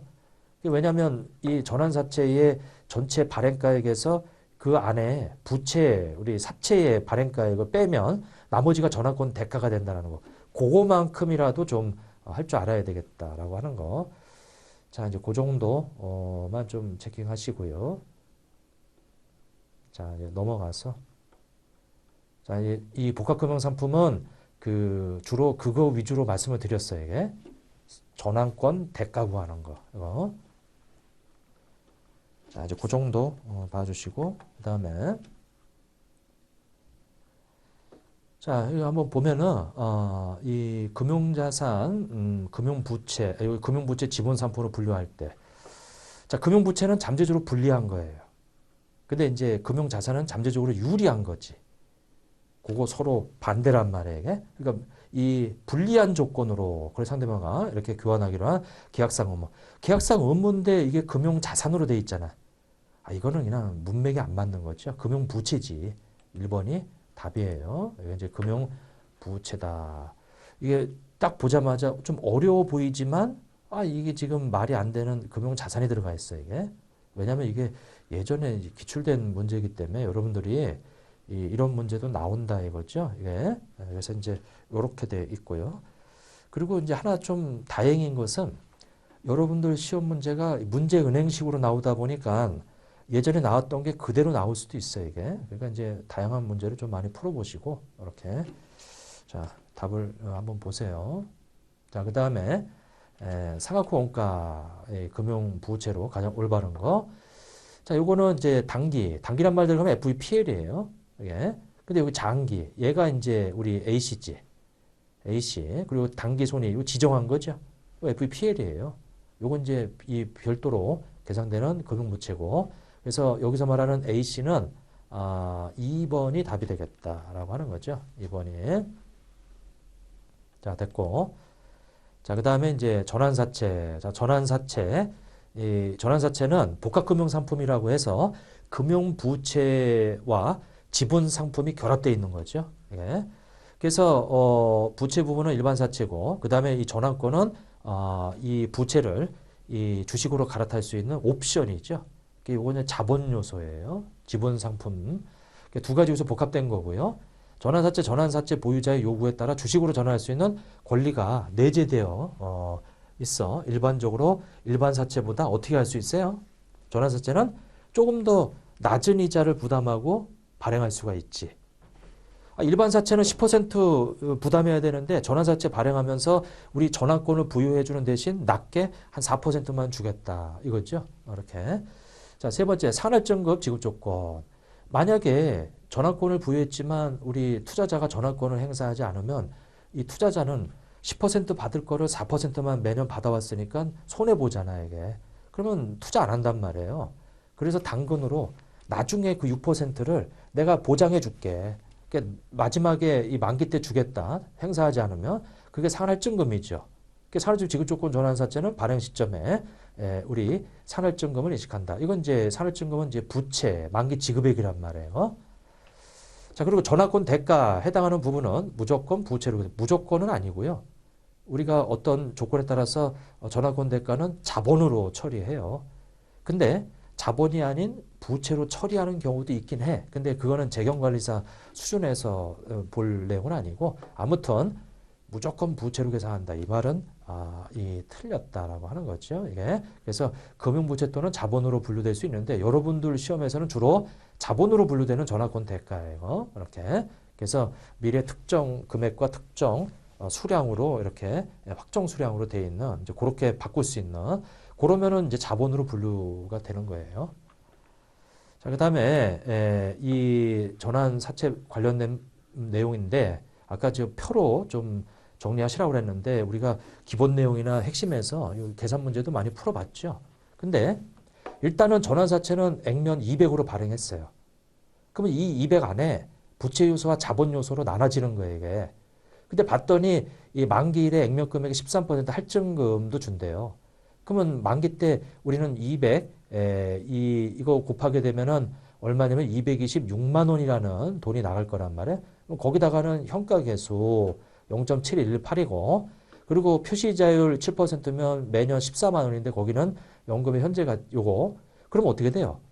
우리가 200만 원에 액면 발행하는데 이 부채 요소에 해당되는 그 현재 가치한 그 금액을 빼면은 나머지가 전환권 대가가 되겠지. 이게.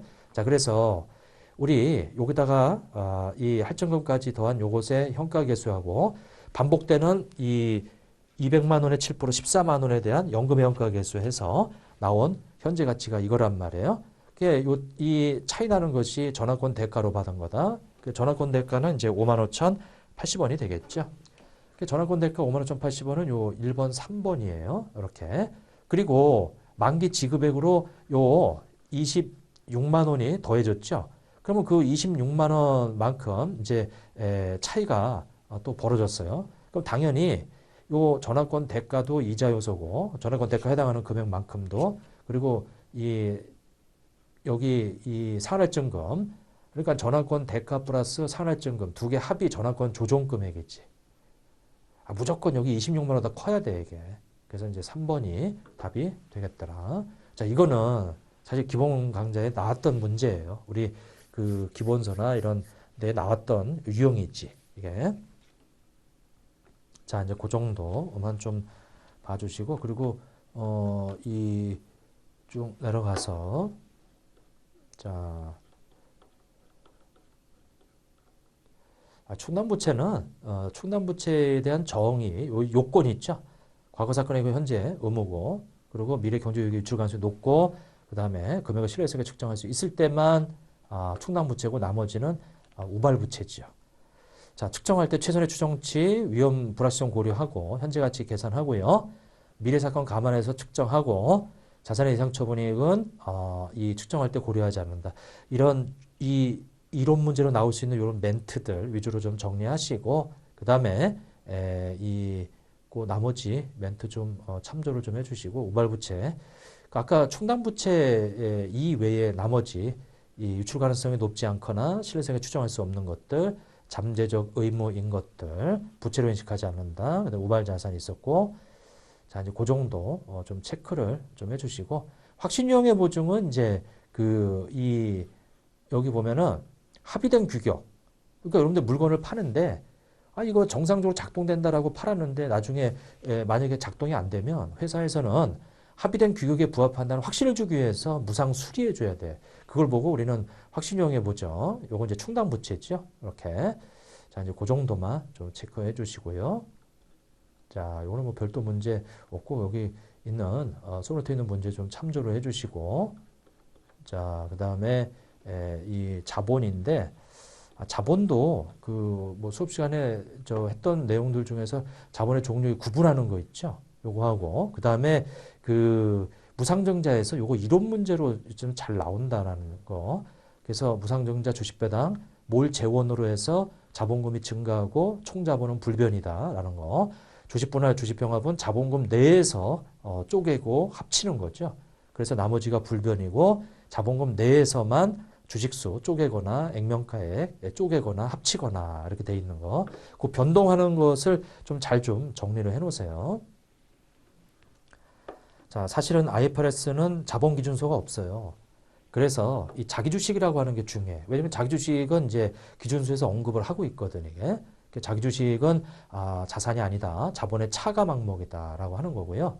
근데 이것이 처분되게 되면 우리가 취득했던 거하고 처분가하고 비교하죠. 그래서 차이 나는 것을 처분 손익인데 이것은 다 자본 항목이에요. 손익으로 들어가는 게 아니다 이거죠. 자, 소각을 하면 액면가액하고 비교하죠. 차이 나는 것이 감자 차손익에 발생할 거다라는 거. 이것도 뭐 그 내용들. 배당. 자, 배당은 이제 세 가지 날짜 배당 기준일, 배당 선언일, 배당 지급일이 있는데 배당 기준일날 회계 처리 안 한다라는 거. 배당을 선언할 때만 이제 그때 가서 현금 배당에 대해서 의무가 생기고 미교 주식 배당은 임시 계정으로 처리했다가 실제로 교부할 때 그때 자본금으로 액면으로 이렇게 대체한다라는 거. 그거 좀 봐주시고. 자, 그다음에 이제 시험에 나오는 게 바로 이 우선주예요.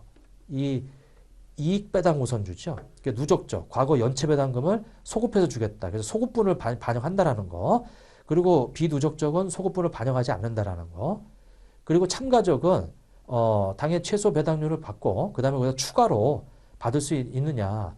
자, 액면 비례해서 추가로 받을 수 있는 완전 참가적과 그다음에 우리 추가 배당률만큼만 더 받을 수 있는 이 부분 참가적 우선주가 있죠.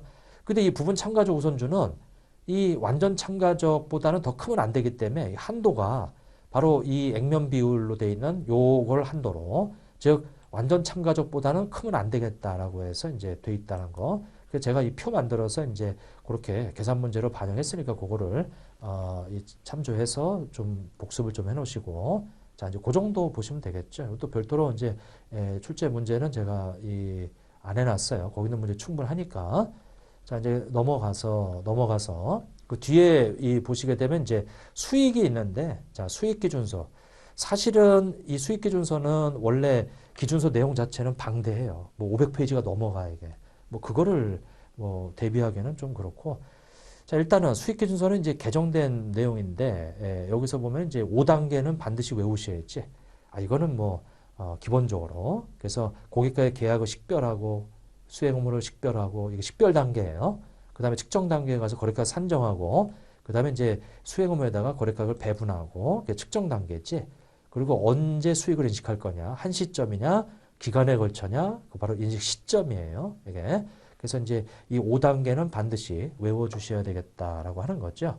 그리고 용어 좀 알아두시고, 계약자산은 수익을 인식함과 동시에 이 권리예요. 그 대신 시간의 경과 외의 조건이지, 시간의 경과는 계약자산이 아니지. 시간의 경과가 뭐예요? 우리가 계약금 받기로 한 날, 중도금 받기로 한 날 이렇게 돼 있으면 시간이 경과하면서 당연히 그 권리가 생기는 걸 보고 우리는 시간의 경과에 따라 생기는 무조건적인 권리, 수시채권이라고 그래. 무조건적인 권리. 근데 이 계약자산은 시간의 경과에 따라 생기는 이 무조건적인 권리가 아니죠. 반드시 내가 재화 용역을 이전해야만 생기는, 그러니까 수익을 인식할 때만 생기는 자산이란 말이에요, 이게. 그래서 여기 시간의 경과 외의 조건이에요. 자, 계약 부채는 이행하지 않은 수행 의무지. 그 얘기는 선수금을 말한다. 미리 돈 받았어요? 근데 이거는 나중에 수행 의무를 이행할 때 수익으로 인식한단 말이에요, 이게. 자, 그래서 이제 고객이다. 고객은 우리 기업의 통상적인 활동의 산출물을 이제 사가는 사람이지. 통상적인 활동의 산출물이 뭐죠? 제조업은 제품이고요. 유통업은 상품이고요. 그게 우리 회사의 통상적인 활동의 산출물이지. 서비스업은 그 서비스 용역이란 말이에요. 자, 계약은 반드시 권리 의무가 생기는 합의다. 이렇게. 그래서 우리 이 기업 입장에서 권리는 돈 받을 권리고 의무는 뭐예요? 재화용을 이전해야 될 의무지. 그리고 고객은 권리가 뭐예요? 재화용을 이전 받을 권리지. 그리고 의무는 대금을 지급할 의무지. 그래서 이 기업이나 고객한테 모두 다 권리 의무가 발생하는 그런 합의를 계약이라고 그래요. 자, 개별 판매 가격은 그냥 이 별도로 팔았을 때 가격이죠. 거래 가격은 이제 재화용을 이전하고 이제 이 받기로 예상하는 금액을 거래 가격이라고 뭐 용어 보시고. 자, 그다음에 5단계에서 1단계에서 그 5가지 반드시 모두 다 갖춰야 된다. 있었고 2단계에 가서 구별되는 재화 용역인지 아니면 1년의 재화 용역으로 이걸 하나의 수용으로 볼 거냐. 그럼 요 1년의 재화 용역은 주로 이 건설이나 그러면 건설 같은데 거기 보면은 이제 기초공사부터 해서 재화 용역이 들어가고 그다음에 뭐 벽돌도 쌓고 그러는데 이거 하나하나가 사실은 1년에 이전하는 방식이 같은 이게 완성시켜서 고객한테 이전되는 거지 그 삽질하고 그다음에 벽돌 세우고 이런 거 하나하나가 고객한테 이전되는 게 아니다 이거죠. 그걸 통해서 최종 우리가 결합 산출물로 완성된 상태로 이전되는 거란 말이에요. 그래서 거기 투입되는 것들은 하나의 수행으로 봐서 거기 진행 정도에 따라서 진행 기준으로 이제 수익을 인식해 나가야 돼 이게. 자, 그렇게 돼 있다. 자, 그렇게 산정할 때 이제 적어도 변동대가 고려하고 뭐 이런 것들 근데 이제 그 중에 보면은 뭐 할인액의 배분 뭐 이쪽에 보면은 이 뭐냐면 여기 니은 있죠? 현재 가치 평가. 그러니까 이제 지금 물건을 파는데 대금은 미래에 받기로 돼 있다. 그러면 수익 금액은 현재 가치 계산해야지. 그러니까 이자 요소를 제거시켜 줘야 돼. 이게. 뭐 그런 내용들이죠. 아니면 미리 받으면 그럼 미리 받으면 이제 그 재화용을 이전할 때까지 그 이자 비용을 가산시킨 금액이 되겠지. 예. 자, 아무튼 이제 그런 것들 요거 강조했던 내용들인데 워낙 내용이 많죠. 방대하죠. 자, 수익의 사례인데 이 중에서 반품권이 있는 판매 요거 좀 봐주시라고 그랬어요. 그래서 처음에 물건 팔을 때 반품률이 예상이 되면 사실 그거는 그 돌려줘야 되기 때문에 수익으로 인식하면 안 됐지. 근데 그 해당되는 원가 부분도 반환재고 회수권이라고 해서 별도로 잡아줘야 된다. 요 매가와 대응되는 원가 요거를 반드시 수익으로 잡지 말고 구분시켜 줘야지. 이렇게. 요것도 이제 좀 내용을 봤으니까 그걸 좀 봐주시고. 자, 그 다음에 라이선스 같은 경우 사용권하고 접근권이 있어요. 그래서 이제 이 사용권 같은 경우는 그 부여하는 시점에 존재하는 것만 이전되는 거죠. 이렇게. 그리고 접근권은 그 기간에 걸쳐서 그러니까 이제 이 라이선스를 기간에 걸쳐서 그 언제든지 업데이트 되는 것들 다 사용할 수 있는 게 접근권이고 사용권은 그 이전되는 시점에 있는 라이선스만 이전되는 거예요. 이렇게. 자, 보증은 뭐 이거 확신용의 보증 받죠. 근데 확신용의 보증이 아닌 돈 받고 제공하는 이 보증 서비스는 별도의 수행음으로 보죠. 그래서 매출이에요. 그래서 거래 가격 안 보내줘야 된다라는 거 그렇게 돼 있죠. 나머지는 좀 참조해 주시고. 자, 고객 충성 포인트 제도죠. 여러분들이 커피점에 가서 커피 먹고 쿠폰 하나 받아요. 고객 충성 제도죠. 그럼 나중에 그 쿠폰이 10번 찍히면 나중에 공짜로 커피를 하나 받아간단 말이에요. 근데 사실은 그 쿠폰 하나 찍어주는 것은 그 쿠폰의 값을 미리 낸 거지. 나중에 그 10번 찍어서 커피 한 잔 값을 이제 내고 사실 받는 거예요. 선수금액이지. 요거는 직접 제공하는 것만 좀 잘 좀 봐주세요. 기업이 직접 보상을 제공하는 거. 그 쿠폰 가지고 그 커피점에 가서 사용하는 거지 어디 뭐 레스토랑에 가서 사용하는 거 아니죠. 기업이 직접 보상을 제공하기 때문에 나중에 그 포인트가 회수되면서 재활용을 이전할 때 그때 수익으로 인식하는 거예요. 그리고 제공된 포인트가 모두 다 사용되는 건 아니죠. 반드시 회수될 거라고 예상하는 걸 반드시 감안해서 개별 판매 가격을 구해가지고 거래가를 안분시켜 주면 되는 거예요. 이것도 뭐 우리 기본소에서 연습을 좀 했었는데 그 정도만 좀 봐주세요. 직접 보상 제공하는 경우 자 이제 그 정도 되어 있는데 요거는 우리가 뭐냐면 5단계 이건 너무 쉽죠. 고객과의 계약을 식별하고 계약을 식별하고 수행 의무를 식별한다. 그래서 뭐 1번이 답이죠. 이것도 뭐 여러분들 시험에서 나온 문제인데 여하튼 뭐 이 정도는 틀리면 안 되겠다라고 하는 거죠. 네. 자, 그리고 반품 우리 1,000만 원. 근데 원가가 600인데 자, 1년 이내 반품할 수 있는 권리다. 인도율 현재 250만 원이 이 반품될 것으로 예상된다면 그러면 1,000만 원에서 250 반품될 것으로 예상하니까 250 빼면 얼마예요? 너무 쉬운 문제지. 이런 문제 틀리면 안 되겠다. 자, 그래서 거기 그 2번이 답이 되겠네요. 자, 그리고 외상으로 팔았을 때 그 원가 800이고요. 그러면 여기 수익은 반드시 이 이자 요소가 껴 있으면 이자를 제거시킨 금액이 수익 금액이 되겠죠. 그래서 4년, 3년이니까 4년에다가 연금의 원가계수 곱해가지고 현재 가치 계산한 거, 그게 매출이에요. 그리고 거기서 800을 빼면 매출 총이익이 되겠죠. 자, 일단은 이자 제거시킨 960만 여기서 800을 빼면 요 160만 요게 될 거예요. 요게 매출액이다. 그리고 요거 현재 가치한 이 400이 3번이니까 1200이에요. 그 차이 나는 것은 이자 수익으로 인식하셔야 돼. 이게. 자, 이제 그렇게 돼 있더라. 자, 그 다음에 우리 이 공사 수익이라고 하는 것이 이제 있죠? 공사 수익이라고 하는 거. 자, 그 공사 수익에서 보면은 이제 이거 진행 기준이죠. 진행 기준만 잘 알으시면 돼요. 그래서 이제 이 진행 기준의 핵심은 바로 이제 진행률인데 산출법하고 투입법 모두 인정되죠. 그 계산은 이제 이렇게 계산하는 거예요. 누적 진행률로 다만 전기까지 인식한 거는 빼는 거죠. 이렇게. 다만 이제 예상되는 손실이 있으면 이제 즉시 이제 인식을 한다. 예상되는 손실이 뭐예요? 지금까지 누적 진행률로 우리 수입 비용을 인식했으니까 나머지가 뭐예요? 예상되는 손실은 1- 누적 진행률이지. 1- 누적 진행률은 아직 진행되지 않은 거란 말이에요. 그게 이제 예상 손실이죠. 그렇게 이제 잡아라. 자, 이제 그렇게 좀 봐주시고. 자, 그 다음에 이제 거기 표시되는 건데, 요 계약 자산은 뭐예요? 바로 수익으로 인식된 금액을 계약 자산이라고 그래, 이게. 그러면 우리가 진행률에 따라 계상된 누적 계약 수익 금액이 바로 계약 자산 금액이에요. 그리고 계약 부채는 이건 아직 이행되지 않은 우리 수행 의무라고 그랬지. 그럼 이행되지 않은 수행 의무는 우리가 대금 청구액이란 말이에요. 어디 갔어요, 이거? 어디냐면은 수시채권. 얘가 뭐냐면 이제 무조건적인 권리인데, 그게 바로 그 계약금, 중도금 받기로 한 때인데, 그 받기로 한 수시채권이 발생하면서 바로 대변에는 계약 부채가 생기지. 그래서 이제 그 계약 부채 생긴 거하고 요거 이 수익으로 인식한 거.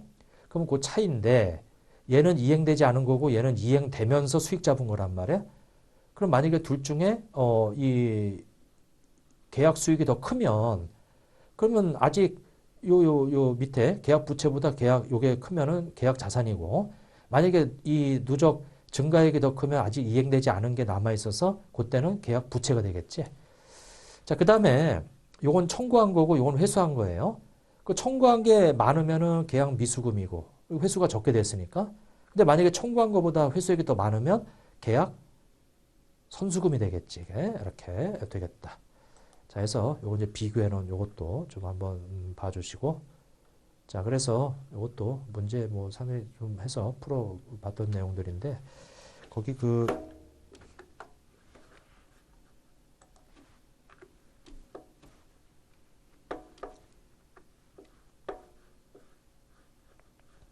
자, 1억 7천 전체 계약 수익이죠. 근데 이번 연도에 이 X2년도에 보니까 추정총 계약원가가 1억 500억이에요. 근데 지금까지 누적이 요게 두 개 더하게 되면 1억 3,200이 있지. 그럼 진행률이 1억 3,200이라고 하는 거. 자, X2년도에는 1억 3,200의 요 진행률이 80%지. 그래서 X2년도까지 누적으로 되어 있어서 400인데, 사실 X1년도에 요 1억 5천에 이 6천이면은 얼마냐면은 이게 40%예요. 40% 이제 누적 진행인데, 요 차이가 X2년도에 인식해야 될 금액이 되겠죠. 요게. 그래서 이제 이 금액이 400만 원이 손실이다라고 하는 거. 이건 순수하게 진행률로만 계산된 거지. 왜? 요 계약 원가 총액이 1억 6,500인데 계약 금액이 1억 7천이란 말이에요. 그럼 뭐예요? 예상되는 손실이 없지. 그러니까 이제 진행 기준으로만 적으면 되는 거예요. 이렇게. 자, 그 다음에 여기 지금 재무상태표에 이제 표시되는 이제 이런 내용들이 있는데, 자, 미청구 공사 또는 초과청구 공사 금액은 얼마냐? 자, 일단은 대금 청구에 요것이 우리 이 청구한 것이 이 계약 부채예요. 요만큼 청구했어요. 근데 요 2천만 원 중에서 400이 그러면 얼마냐면은 20%지. 그럼 계약금의 3천에다 20% 곱하게 되면 600이라고 하는 게 사실은 계약 자산인데 600보다 청구한 게 더 작죠. 그러면 미청구 공사지. 얼마가? 50만 원이. 그래서 이제 4번이 이 답이 되겠다라고 하는 거죠. 이렇게 돼 있고. 자, 그다음에 우리 자, 쭉 넘어가서 이 뒤에 보면 종업원 급여인데 여기는 이 제가 이게 표로 만들어서 이렇게 이 기본 강의 시간에도 다 보여드리고 했는데 제일 중요한 거는 이제 이 퇴직급여다. 퇴직급여. 그래서 퇴직급여 쪽에서 이제 확정 기여형하고 확정 급여형 비교하는 거. 이거 뭐 계속 말씀드렸고 이론 문제로 나올 수 있고요. 계산 문제는 이제 확정 급여형에서 요 계산하는 거, 요 표를 좀 잘 좀 정리를 좀 해주시자. 그래서 이제 기타 포괄손에 들어가는 게 항목이 있고 우리 그 단기 손익으로 들어가는 항목이 있죠. 그래서 그거를 좀 정리를 요 표를 좀 정리를 좀 잘 좀 해주시라 이렇게 자 이제 되어 있고 나머지는 중요도 떨어져요. 퇴직급여 위주로 정리하시면 될 것 같아 이게. 자 그래서 보면은 확정급여 요거는 회사가 이 단기근무원가, 과거근무원가, 정산 이런 손해. 아까 그 표에서 단기근무원가라고 해서 이제 이 단기 손익 처리하죠. 이것도 단기 손익 처리하고 순확정급여 부채와 사회정자산의 순이자 이것도 단기 손익 처리하죠. 근데 보험료 손익, 순확정급여 부채, 순이자를 포함한 요 제외한 사회정자산의 수익. 자 이것은 기타 포괄 손익 처리한단 말이에요. 앞에 거는 단기 손익, 뒤에 거는 기타 포괄 손익 처리한다라고 하는 거 그거 좀 봐주시고 자 그 다음에 확정급여제도에서 사회정리자산 출연하는데 이때 사회정리자산은 장부 가액으로 사회정리자산은 공정가치로 측정하죠. 그 다음에 이 확정급여제도는 가입자의 미래급여 이 금액은 사용자가 가입자가 출연하는 이 기금과 그 다음에 이제 그 이 투자 수익에 따라 이 달라진다. 이제 회사 책임 하에 불입하는 거예요. 그리고 나중에 가서 퇴사할 때 그 줘야 될 퇴직금 맞춰서 줘야지. 확정기여제도는 뭐예요? 확정기여제도는 불입할 때 그냥 줘버리는 거예요. 끝나버리는 거예요. 회사는 이제 이 끝나버리는 거지. 보험수리적 기법이나 이런 걸 쓰지 않지. 이게 돼 있다. 지금 이 틀렸어요. 이거 3번도 3번 틀렸고 이거 틀렸고 그다음에 확정급여제도는 가입자 미래급여 금액은 사용자나 가입자가 출연하는 기여금과 기금액 이거 사용자나 가입자가 출연하는 기여금과 이거는 이 회사가 불입해주고 손 떼버리기 때문에 그 이후에는 사용자 책임하에서 그 투자 수익 이렇게 되기 때문에 이건 확정급여가 아니고 확정기여제도죠. 예. 자, 그 다음에 4번의 보험료 손익 재치적 요소. 요것은 단기 손익으로 재분류되지 않죠. 요거는 기타 포괄 손익이란 말이에요. 이렇게. 요것이 이 재분류 조정하지 않는다라고 하는 거. 그 재분류할 수 있다는 얘기는 이용으로 대체할 수 있다는 뜻이에요. 이게 4번이 답이다. 자, 그 다음에 넘어가서 우리 이 확정 이 주식기준 보상인데 여기서는 주식결제형. 주식결제형은 뭐예요? 자본이기 때문에 픽스다. 부여일 날에 픽스다. 근데 현금결제형은 현금으로 주는 요거는 이제 그 이 부채죠. 그러니까 부채는 매년 재측정한다. 이제 일단은 그게 가장 중요하죠. 그것이 이제 이 계산 문제로 시험에 나온단 말이에요. 그래서 이제 가득 조건 뭐 이런 게 있었죠. 요거 뭐 이런 거 다 말씀드리긴 좀 시간이 안 될 것 같고 주식 결제형 해서 요 계산 툴로 해서 문제를 좀 풀어봤었어요. 가득 기간 동안에 요걸 안 분하죠. 요게 자, 이제 그렇게 돼 있다. 그리고 가득기간 이후에는 재측정 안 하죠, 이게. 이것도 어차피 재측정 안 해요. 종업원만 보세요, 종업원만. 그래서 이제 돼 있고. 자, 그 정도 보고 현금 결정은 이제 부채다. 그러니까 부채니까 매년 말에 재측정한다라고 하는 거. 그거 좀 비교해 놓으시고. 자, 이제 됐고요. 주식교정 보상은 종업원에게만 이제 부여하고 종업원에게만 부여하는 거 아니죠. 종업원 유사 용역 제공자도 있고 사업자도 있어요. 그래서 이제 1번이 틀렸네, 이게. 1번이 답이다. 이렇게 좀 봐주시고. 자, 그 다음에 넘어가서 사실 이런 주제 하나만 가지고도 2시간 이상씩 그 기본에서 설명을 했었어요, 이게. 그래서 여러분들 여기서는 핵심적인 거 위주로만 좀 정리하시고. 자, 여기 이연법인세라고 하는 부분에서 이 일시적 차이하고 그 다음에 2월 결손금, 그 다음에 2월 되는 세액공제, 그것이 이연법인세 대상이다라고 하는 거. 그리고 이제 이 쭉 돼 있는데 이연법인세 자산은 실현 가능성을 검토해야죠. 그리고 이연법인세는 미래의 평균세율이에요. 계산하실 때.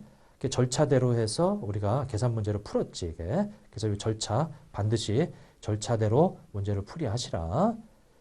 자, 그 다음에 이 자본에 직접 인식하는 법인세 비용이라고 해서 이 부분은 우리 주로 기타 부가손익으로 되어 있는 항목들이 이 법인세 효과를 직접 여기 1,000원이면은 거기서 직접 빼라 이거죠. 근데 뺄 때 순액으로 표시할 수도 있고 이거를 총액으로 표시해서 이런 법인세 효과를 합쳐가지고 단일 금액으로 표시할 수도 있고 그렇게 돼 있었죠.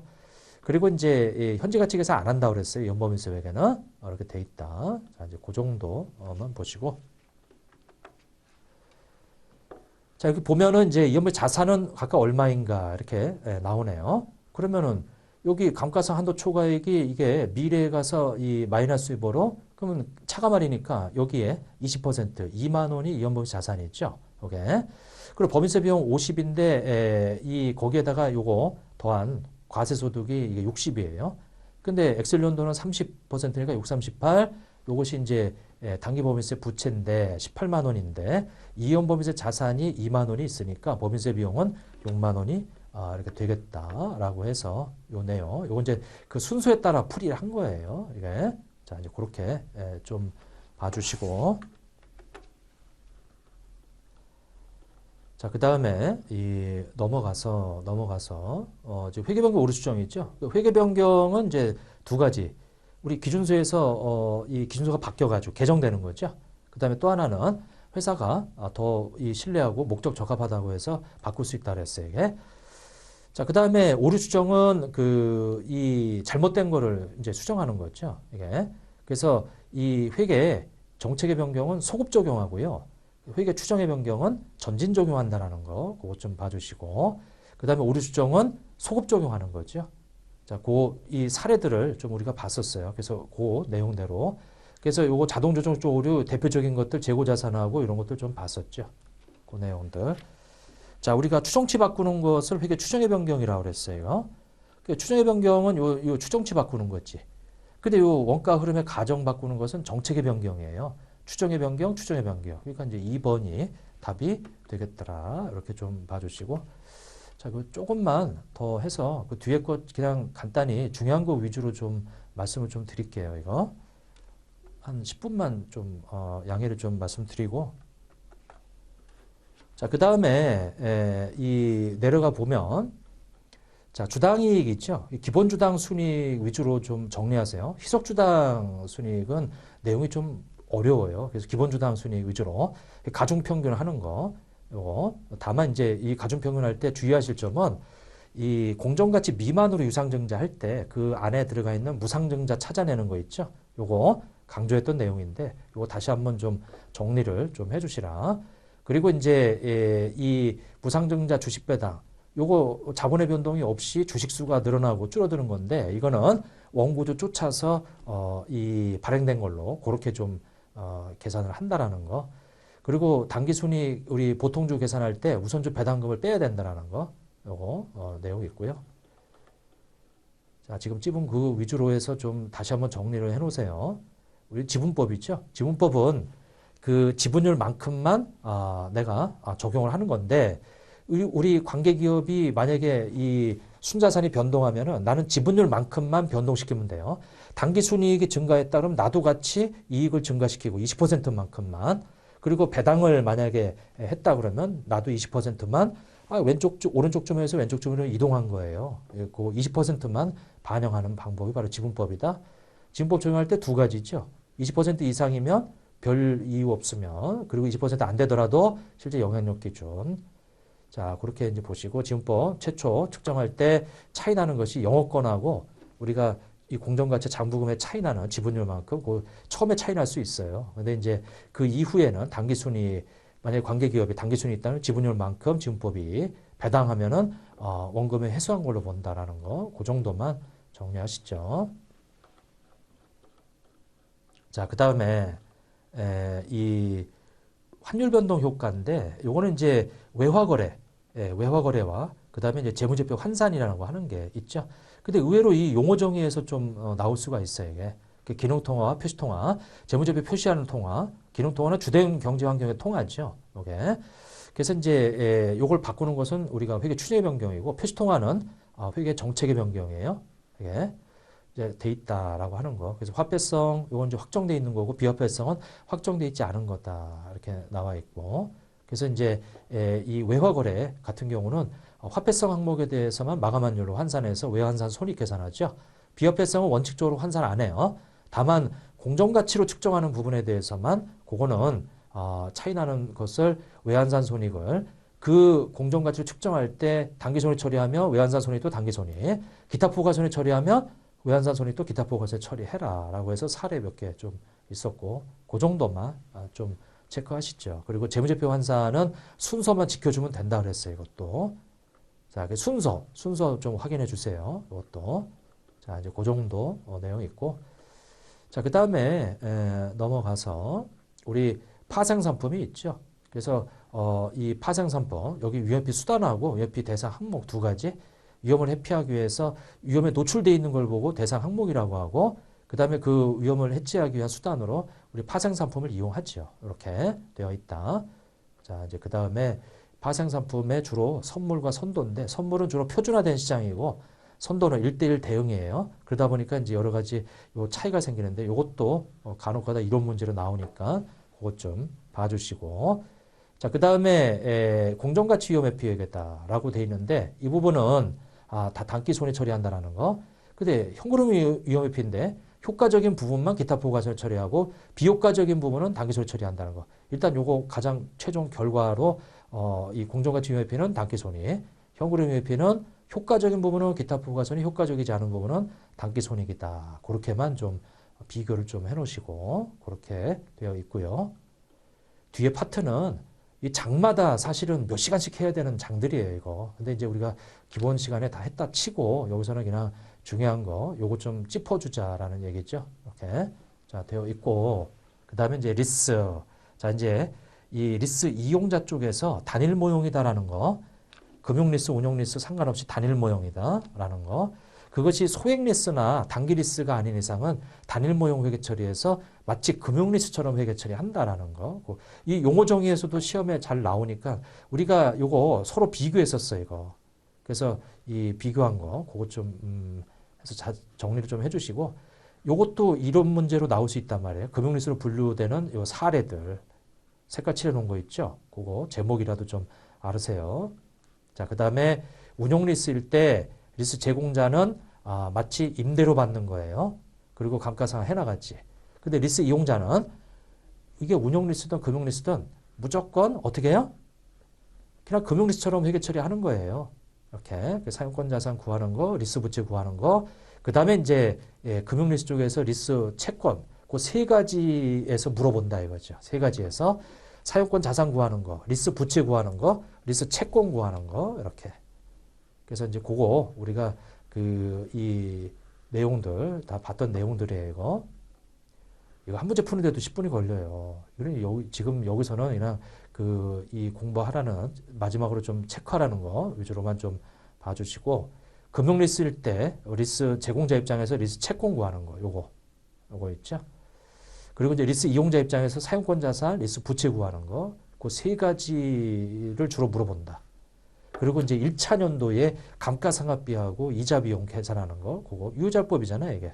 감가상각은 이제 유형자산 감가상각하고 동일한 방법으로 쓰는 거고. 자, 그 정도만 좀 체크를 해주시라. 잘 있어. 상당히 어려운 파트죠. 사실 재경관리사가 어려운 게 이 뒤쪽에 특수회계 쪽이 좀 어려워서 그래 이게 이렇게 많은 문제들을 좀 담아놨었죠.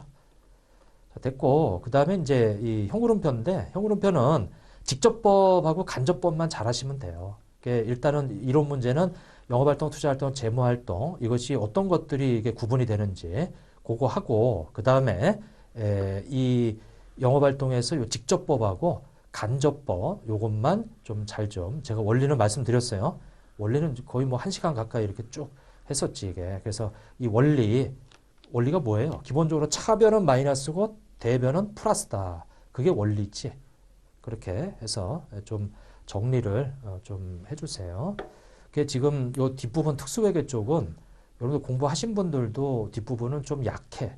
이게. 근데 이제 뒤에서도 문항수가 꽤 한 7, 8문제 해가지고 나오니까 여러분들 70점이 넘어가야 된단 말이에요. 합격 점수가. 그러려면 뒷부분도 포기를 하면 안 돼요. 이게. 그래서 이제 뭐 잘 하시겠지만, 그래서 이 내용대로 해서 좀 정리를 해 주시고요.